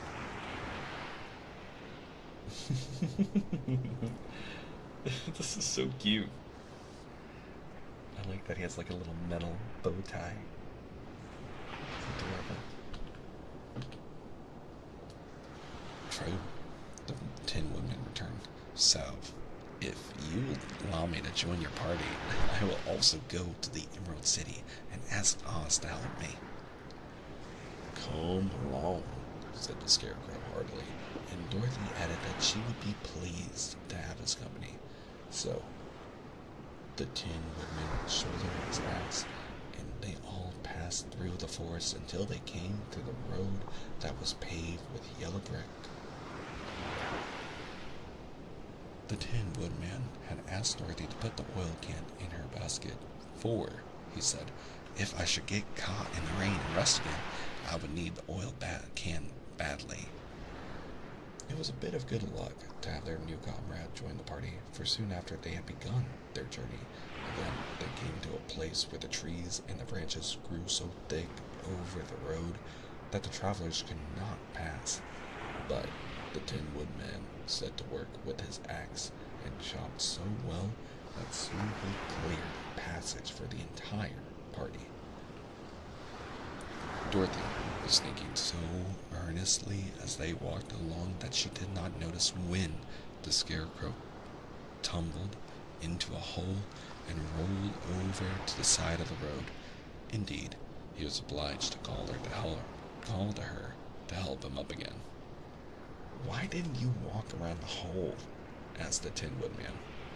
I don't know enough, replied the Scarecrow cheerfully.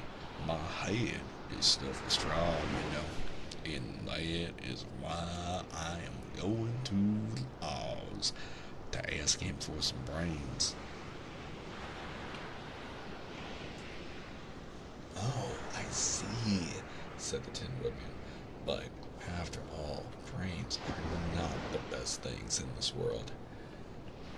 Have you any? Inquired the Scarecrow. No, my head is quite empty, answered the Woodman. But once I had brains and a heart also, so having tried them both, I should much rather have a heart. And why is that? Asked the Scarecrow. I will tell you my story, and then you will know. Speaking of stories, just to let everyone know, ads are about to start over here on Twitch. They do not run over on YouTube, so if you want to continue listening along, consider going over there and subscribing. And for everyone hanging out over on YouTube, if you wish to do interactions and be a part of triggers and be able to pull redeems, you can always come over and join us on Twitch and hang out. We would love to have your company.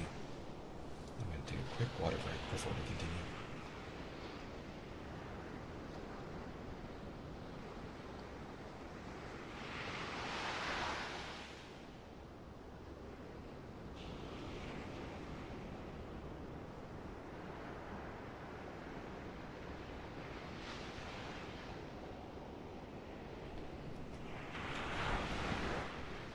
I will tell you my story, and then you will know. So, while they were walking through the forest, the Tin Woodman told the following story. I was born the son of a woodman who chopped down trees in the forest and sold the wood for a living. When I grew up, I too became a wood chopper, and after my father died, I took care of my old mother as long as she lived. Then, I made up my mind that instead of living alone, I would marry, so that I might not become lonely. There was one of the Munchkin girls who was so beautiful that I soon grew to love her with all my heart. She, on her part, promised to marry me as soon as I could earn enough money to build a better house for her. So, I set to work harder than ever. But the girl lived with an old woman who did not want her to marry anyone, for she was so lazy. She wished the girl to remain with her and do the cooking and the housework. So the old woman went to the Wicked Witch of the East and promised her 2 sheep and a cow if she would prevent the marriage. Thereupon, the Wicked Witch enchanted my axe, and when I was chopping away at my best one day, for I was anxious to get the new house and my wife as soon as possible, the axe slipped all at once and cut off my leg. You know, I respect that. Respect the hustle. A man's man.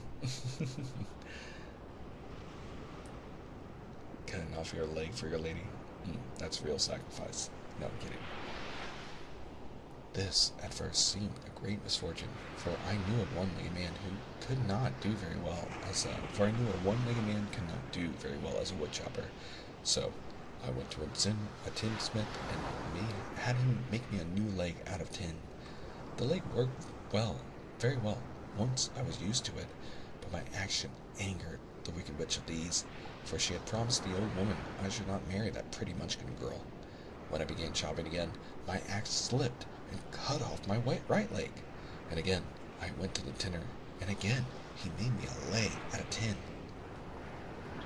After this, the enchanted axe cut off my arms, one after the other, but nothing daunted, I had them replaced with tin ones.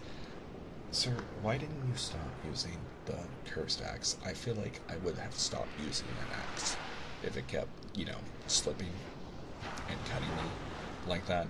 I mean, after the first time, I maybe I understand, but after the second time, like, come on, how? Anyway, sorry. Welcome back, everyone, from the ads over here on Twitch. Thank you so much for hanging out. I'm glad you're here.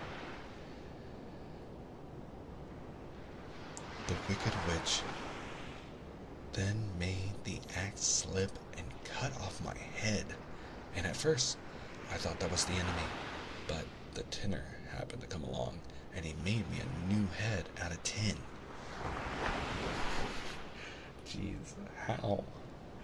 I thought I had beaten the Wicked Witch then, and I worked harder than ever, but I little knew how cruel my enemy could be. She thought of a new way to kill my love for the beautiful Munchkin maiden, and made my axe slip again, and that it cut right through my body, splitting me into two halves. Once more, the tinner came to my help and made me a body of tin, fastening my tin arms and legs and head to it by means of joints so that I could move around as well as ever. But alas, I had no heart. So that I lost all my love for the Munchkin girl and did not care whether I married her or not. I suppose she is still living with that old woman, waiting for me to come after her. My body shone so brightly in the sun that I felt very proud of it, and it did not matter now if my axe slipped, for it could not cut me. There was only one danger, that my joints would rust.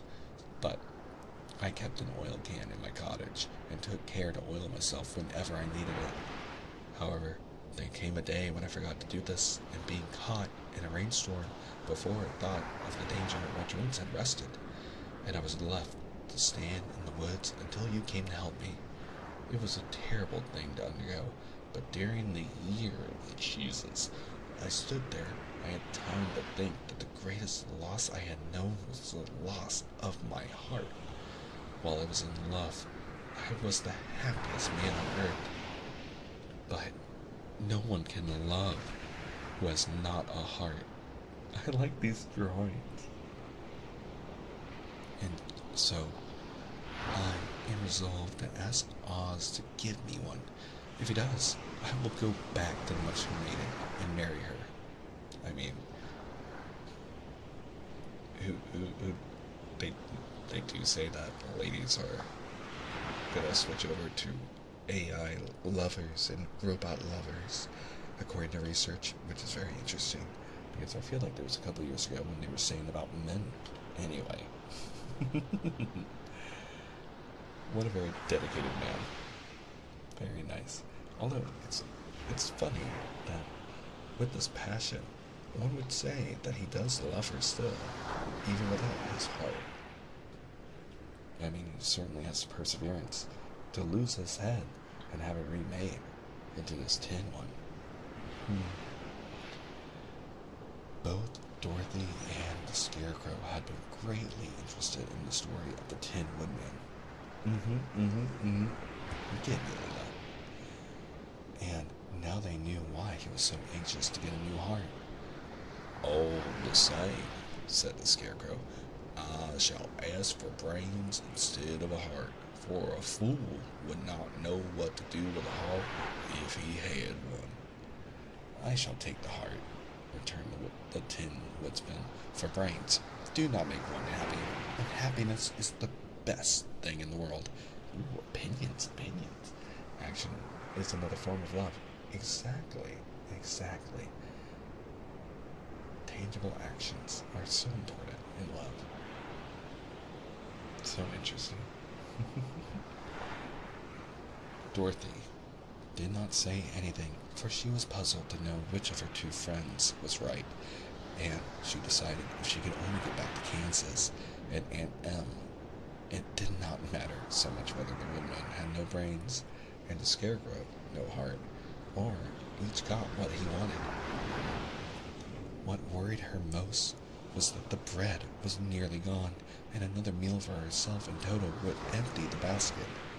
To be sure, neither the woodman nor the scarecrow ever ate anything, but she was not made of tin nor straw, and could not live unless she was fed. Survival.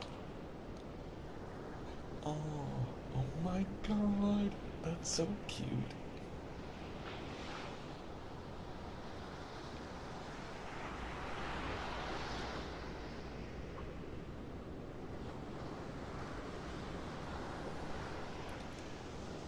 Chapter 6.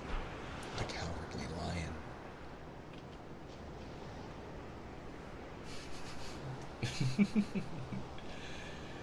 All this time, Dorothy and her companions had been walking through the thick woods, and the road was still paved with yellow brick, but these were much covered by dried branches and dead leaves from the trees, and the walking was not at all good.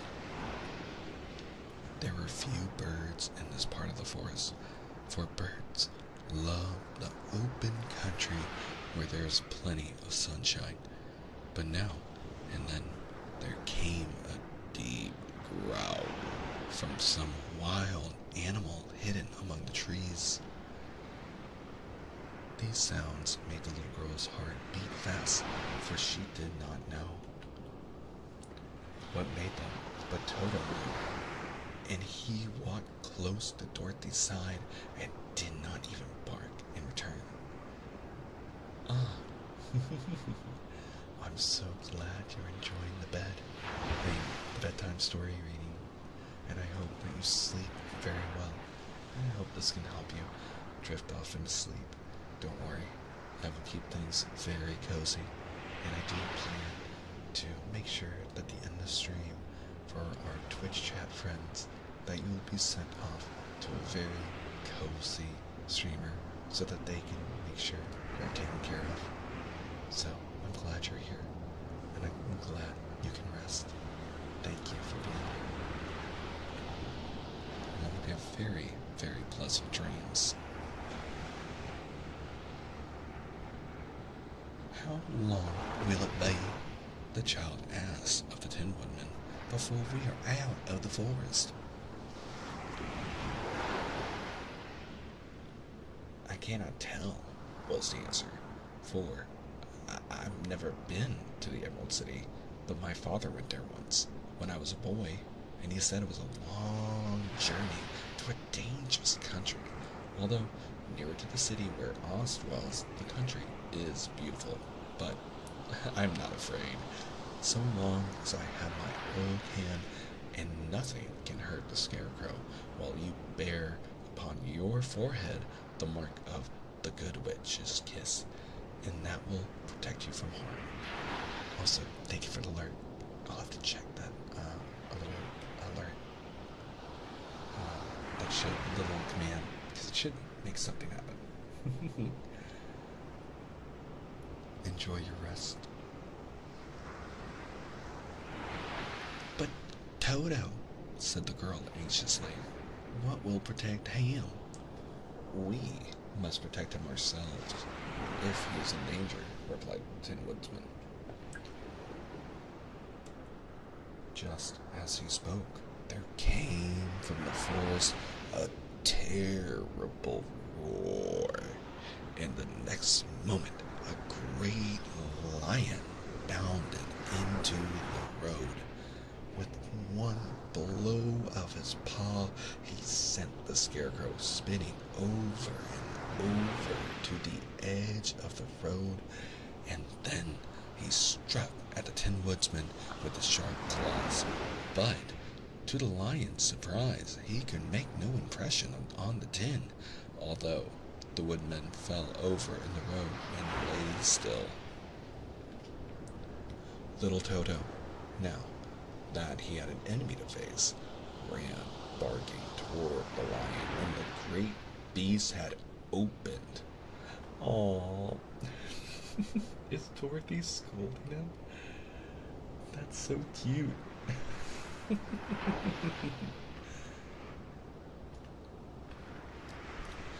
His mouth to bite the dog when Dorothy, fearing Toto would be killed and heedless of danger, rushed forward and slapped the lion upon his nose as hard as she could while she cried out, Don't you dare bite Toto.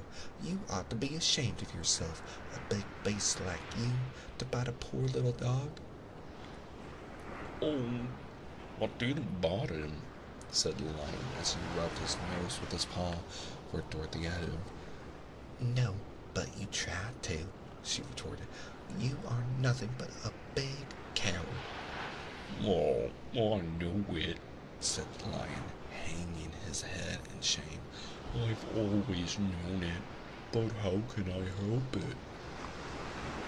I don't know, I'm sure. To think of your striking a stuffed man like the poor scarecrow. Is he stuffed? asked the lion in surprise as he watched her pick up the scarecrow and set him upon his feet while she patted him into shape again. Of course he's stuffed, replied Dorothy, who was still angry. That's why he went over so easily, remarked the lion. It astonished me to see him whirl around so. Is the other one stuffed also? No, said Dorothy. He's made of tin. And she helped the woodman up again. That's why he nearly blunted my claws, said the lion. When they scratched against the tin, it made a cold shiver run down my back. What is that little animal you're so tender of? He is my dog, Toto, answered Dorothy. Is he made of tin or stuffed? asked the lion. Neither. He's a meat dog, said the girl. Oh, he is a curious animal and seems remarkably small now that I look at him. No one would think of biting such a little thing except a coward like me, continued the lion sadly. What makes you a coward? asked Dorothy, looking at the great beast in wonder, for he was as big as a small horse. It's a mystery, replied the lion. I suppose I was born that way. All the other animals in the forest naturally expect me to be brave, for the lion is everywhere thought to be the king of beasts. I learned that if I roared very loudly, every living thing was frightened and got out of my way. Whenever I met a man, I've been awfully scared, but I just roared at him and he has always run away as fast as he could go. If the elephants and the tigers and the bears had ever tried to fight me, I should have thrown them myself. I'm such a coward. But just as soon as they hear me roar, they all try to get away from me, and of course, I let them go.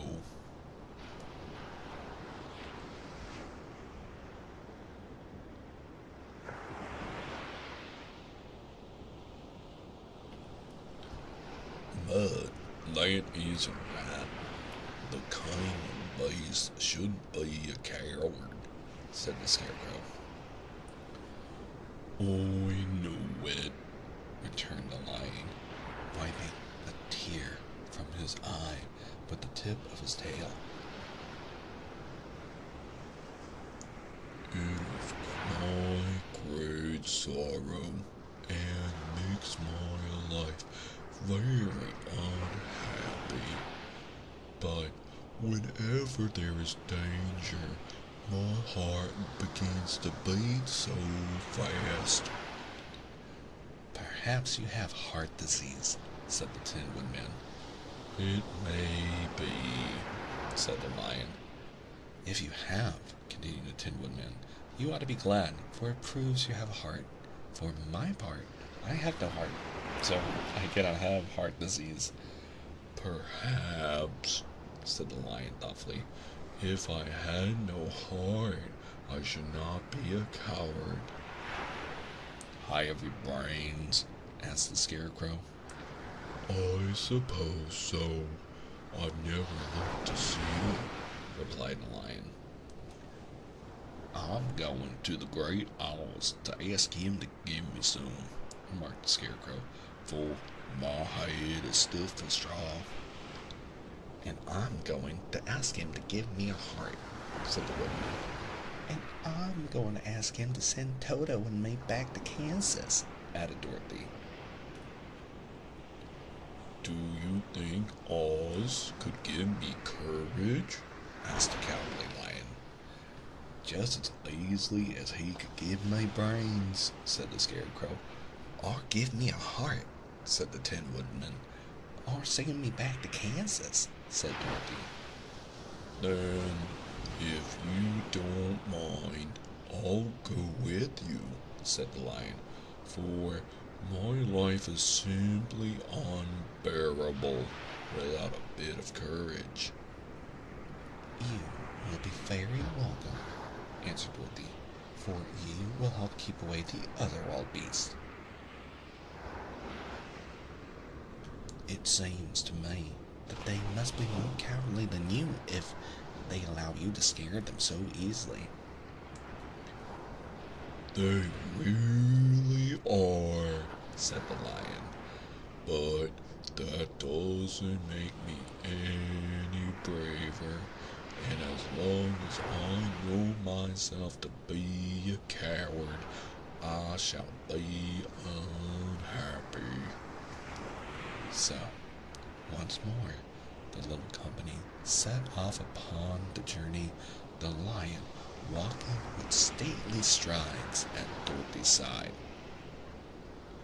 Toto did not approve this new comrade at first, for he could not forget how nearly he had been crushed between the lion's great jaws. But after a time, he became more at ease, and presently Toto and the Cowardly Lion had grown to be good friends. That's so cute. During the rest of that day, there was no other adventure to mar. Uh-oh. There we go. I'm trying to adjust my mic.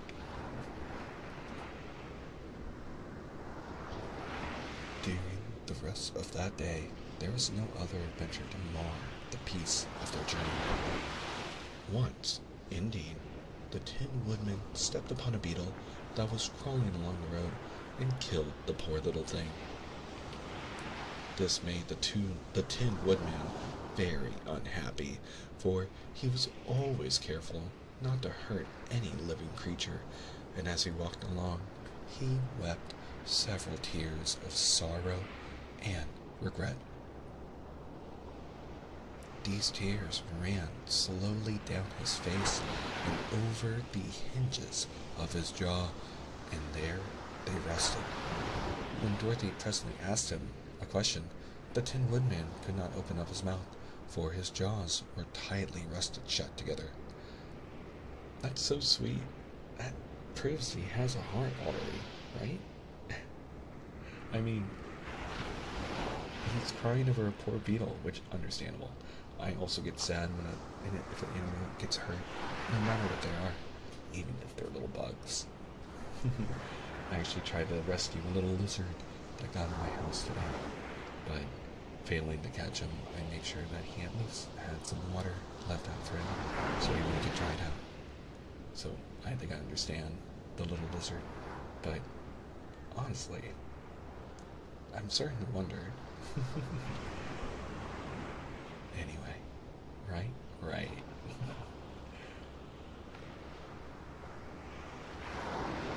He became greatly frightened at this and made many motions to Dorothy to relieve him, but she could not understand. The lion was also puzzled to know what was wrong, but the scarecrow seized the oil can from Dorothy's basket and oiled the woodman's jaw so that after a few moments he could talk as well as before. Brains, the scarecrow. Big brain, big brain. Sorry, I knocked my microphone in excitement. The Tin Man cares a lot about animals. The scarecrow was able to think to grab the oil can when the lion nor Dorothy thought to do so.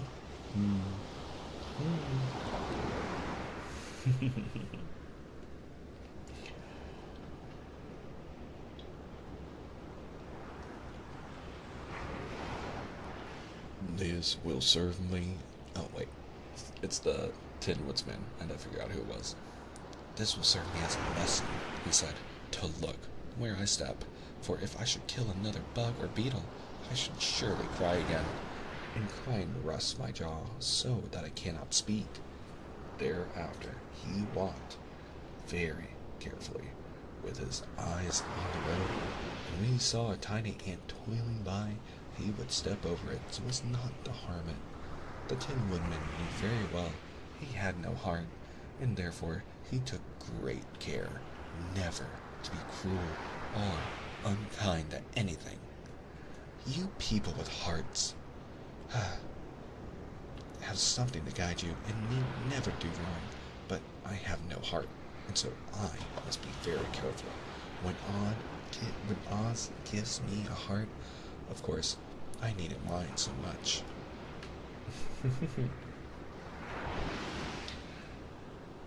Chapter 7. The Journey to the Great Oz.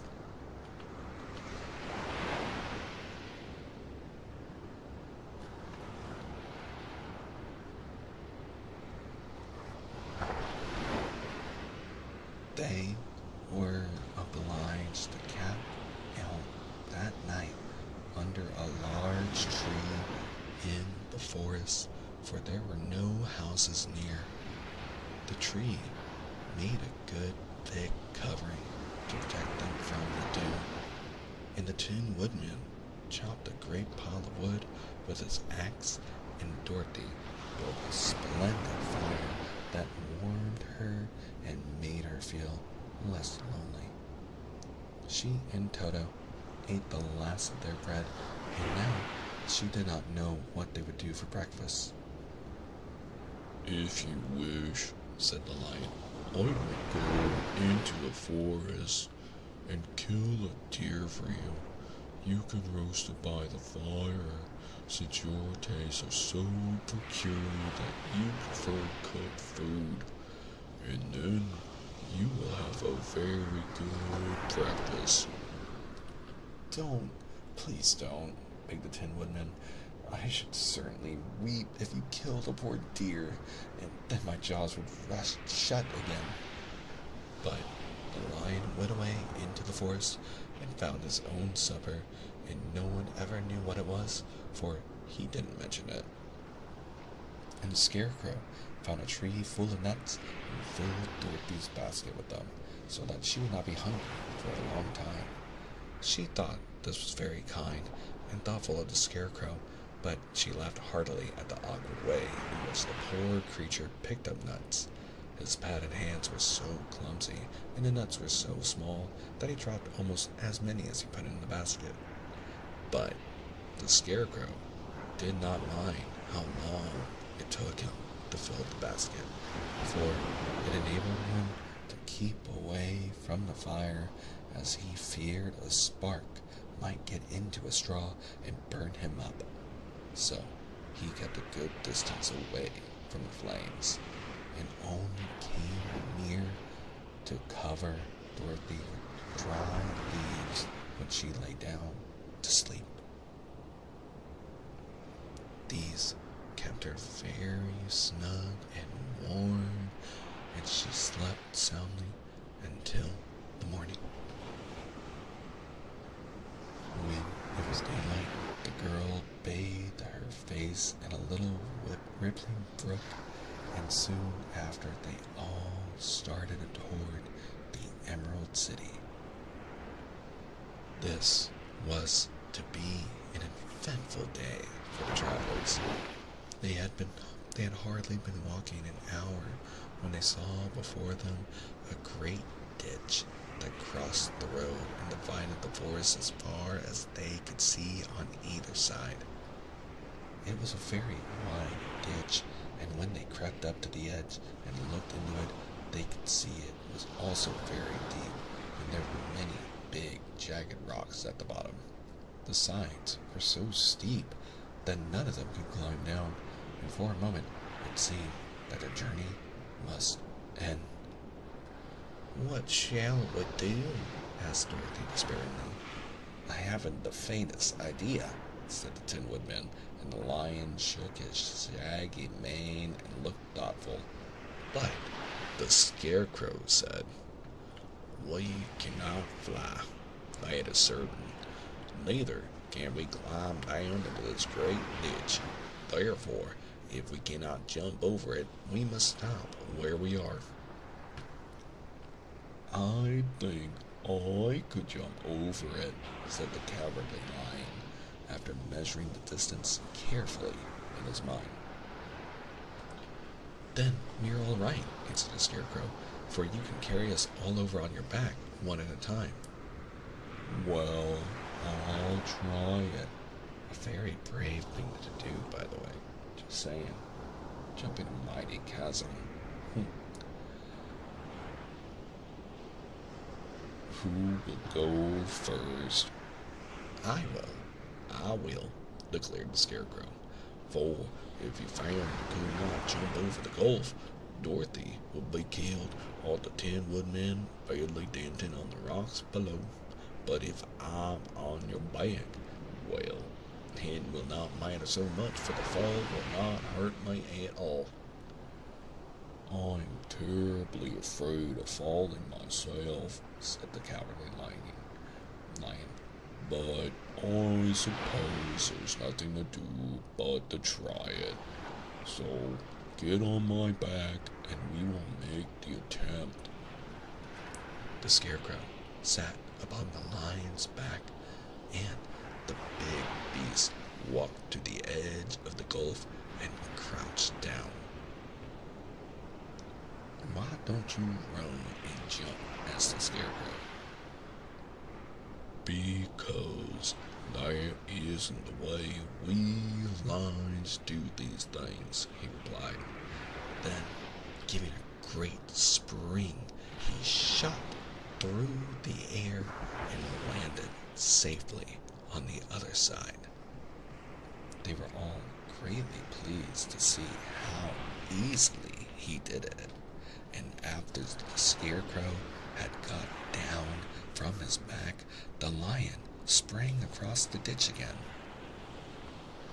Dorothy thought she would go next, so she took Toto in her arms and climbed on the lion's back, holding tightly to his mane with one hand.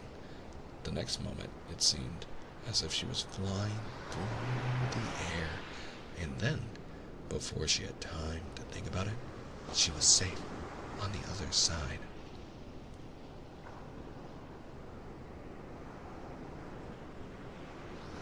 The lion went back a third time and got the Tin Woodman, and then they all sat down for a few moments to give the beast a chance to rest, for his great leaps had made his breath short, and he panted like a big dog that has been running too long.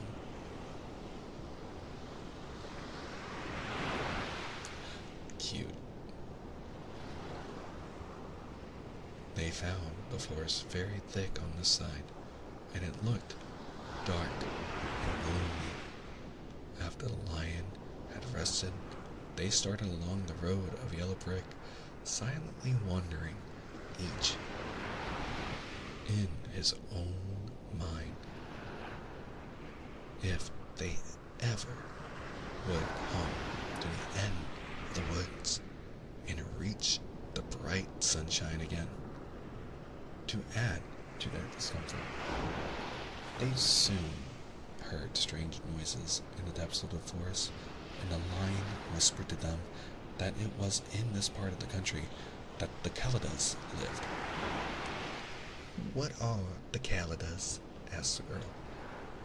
They are monstrous beasts with bodies like bears and heads like tigers, replied the lion, and with claws so long and sharp that they could tear me in two as easily as I could kill Toto. I'm terribly afraid of the Kalidas. "I'm not surprised that you are," returned Dorothy. "They must be dreadful beasts." The lion was about to reply, when suddenly they came to another gulf across the road. But this one was so broad and deep that the lion knew at once he could not leap across it. So they sat down to consider what they should do, and after serious thought, the Scarecrow said, Here is a great tree standing down close to the ditch. If the Tin Woodman can chop it down so that it will fall to the other side, we can walk across it easily. This is a first-rate idea, said the lion. One would almost suspect you had brains in your head instead of straw.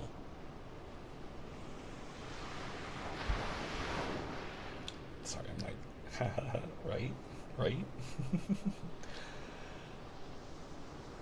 The woodman set to work at once, and so sharp was his axe that the tree was soon chopped nearly through. He's still working with that cursed axe. I would be afraid to be around him.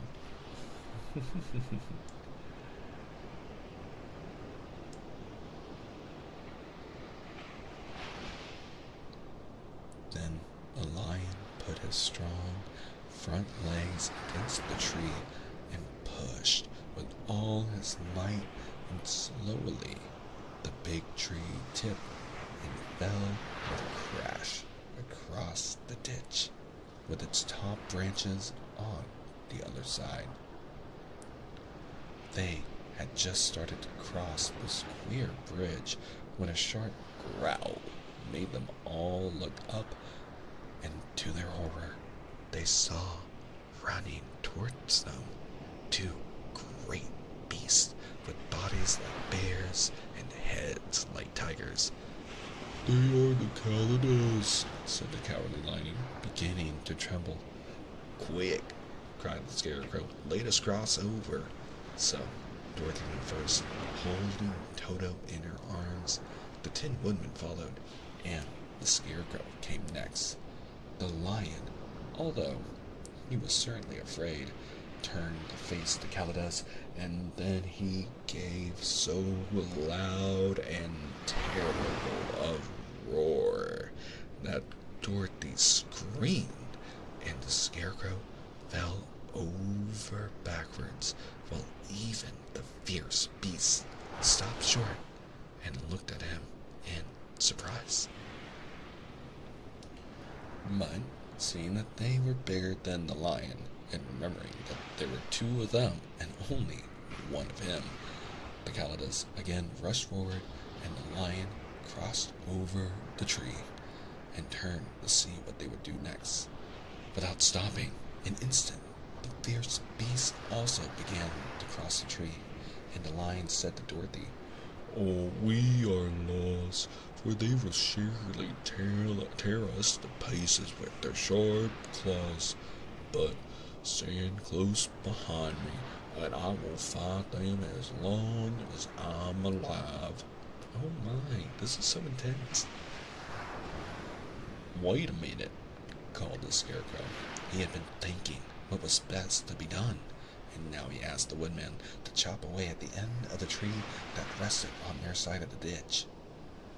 The Tin Woodman began to use his axe at once, and just as the two Kaladas were nearly across the tree fell with a crash into the gulf, carrying the ugly, snarling brutes with it, and both were dashed to pieces on the sharp rocks at the bottom. Well, said the Cowardly Lion, drawing a long breath of relief, I see you're going to live a little while longer. Yeah, I'm glad of it, for it must be very uncomfortable. For it must be a very uncomfortable thing not to be alive. Those creatures frighten me so badly that my heart is beating yet. Said the Tin Woodman, I wish I had a heart to beat. This adventure made the travelers more anxious than ever to get out of the forest, and they walked so fast that Dorothy became tired and had to ride on the lion's back. To their great joy, the trees became thinner the further they advanced, and in the afternoon they suddenly came upon a broad river flowing swiftly just before them. On the other side of the water, they could see the road of yellow brick running through a beautiful country, and with green meadows dotted with bright flowers, and all the road bordered with trees hanging full of delicious fruits. They were greatly pleased to see this delightful country before them. How shall we cross the river? Asked Dorothy. That is easily done, replied the Scarecrow. The Tin Woodman must build us a raft so we can float to the other side. So, the woodman took his axe and began to chop down small trees to make a raft, and while he was busy at this, the Scarecrow found on the riverbank a tree full of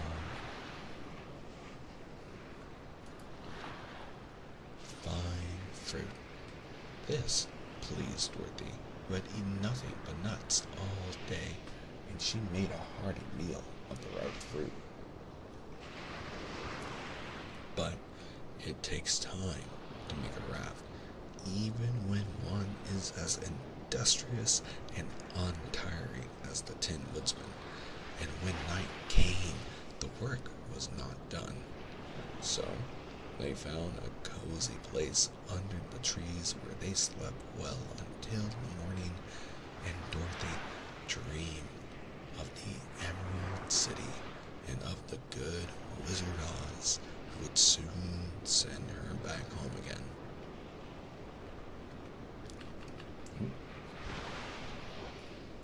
I think that might be the end of the first batch of reading.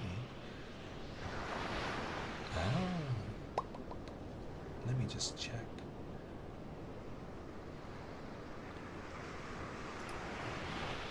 We've just read through our 100 pages. Let's see. I'm just seeing.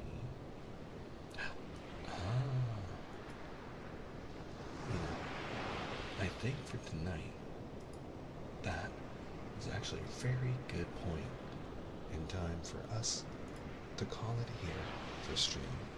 I think that's a very good spot, because we are now at chapter 7, The Deadly Poppy Field, which is where we will continue our story reading next Tuesday at 8 p.m. Eastern Standard Time. I hope you all enjoy your time, and I hope that you continue to enjoy the other ASMR content that I provide here. We're going to go ahead and say goodnight to our friends over on YouTube, and thank you all for hanging out with me today over there. I hope you enjoyed the stream. Good night, my friends.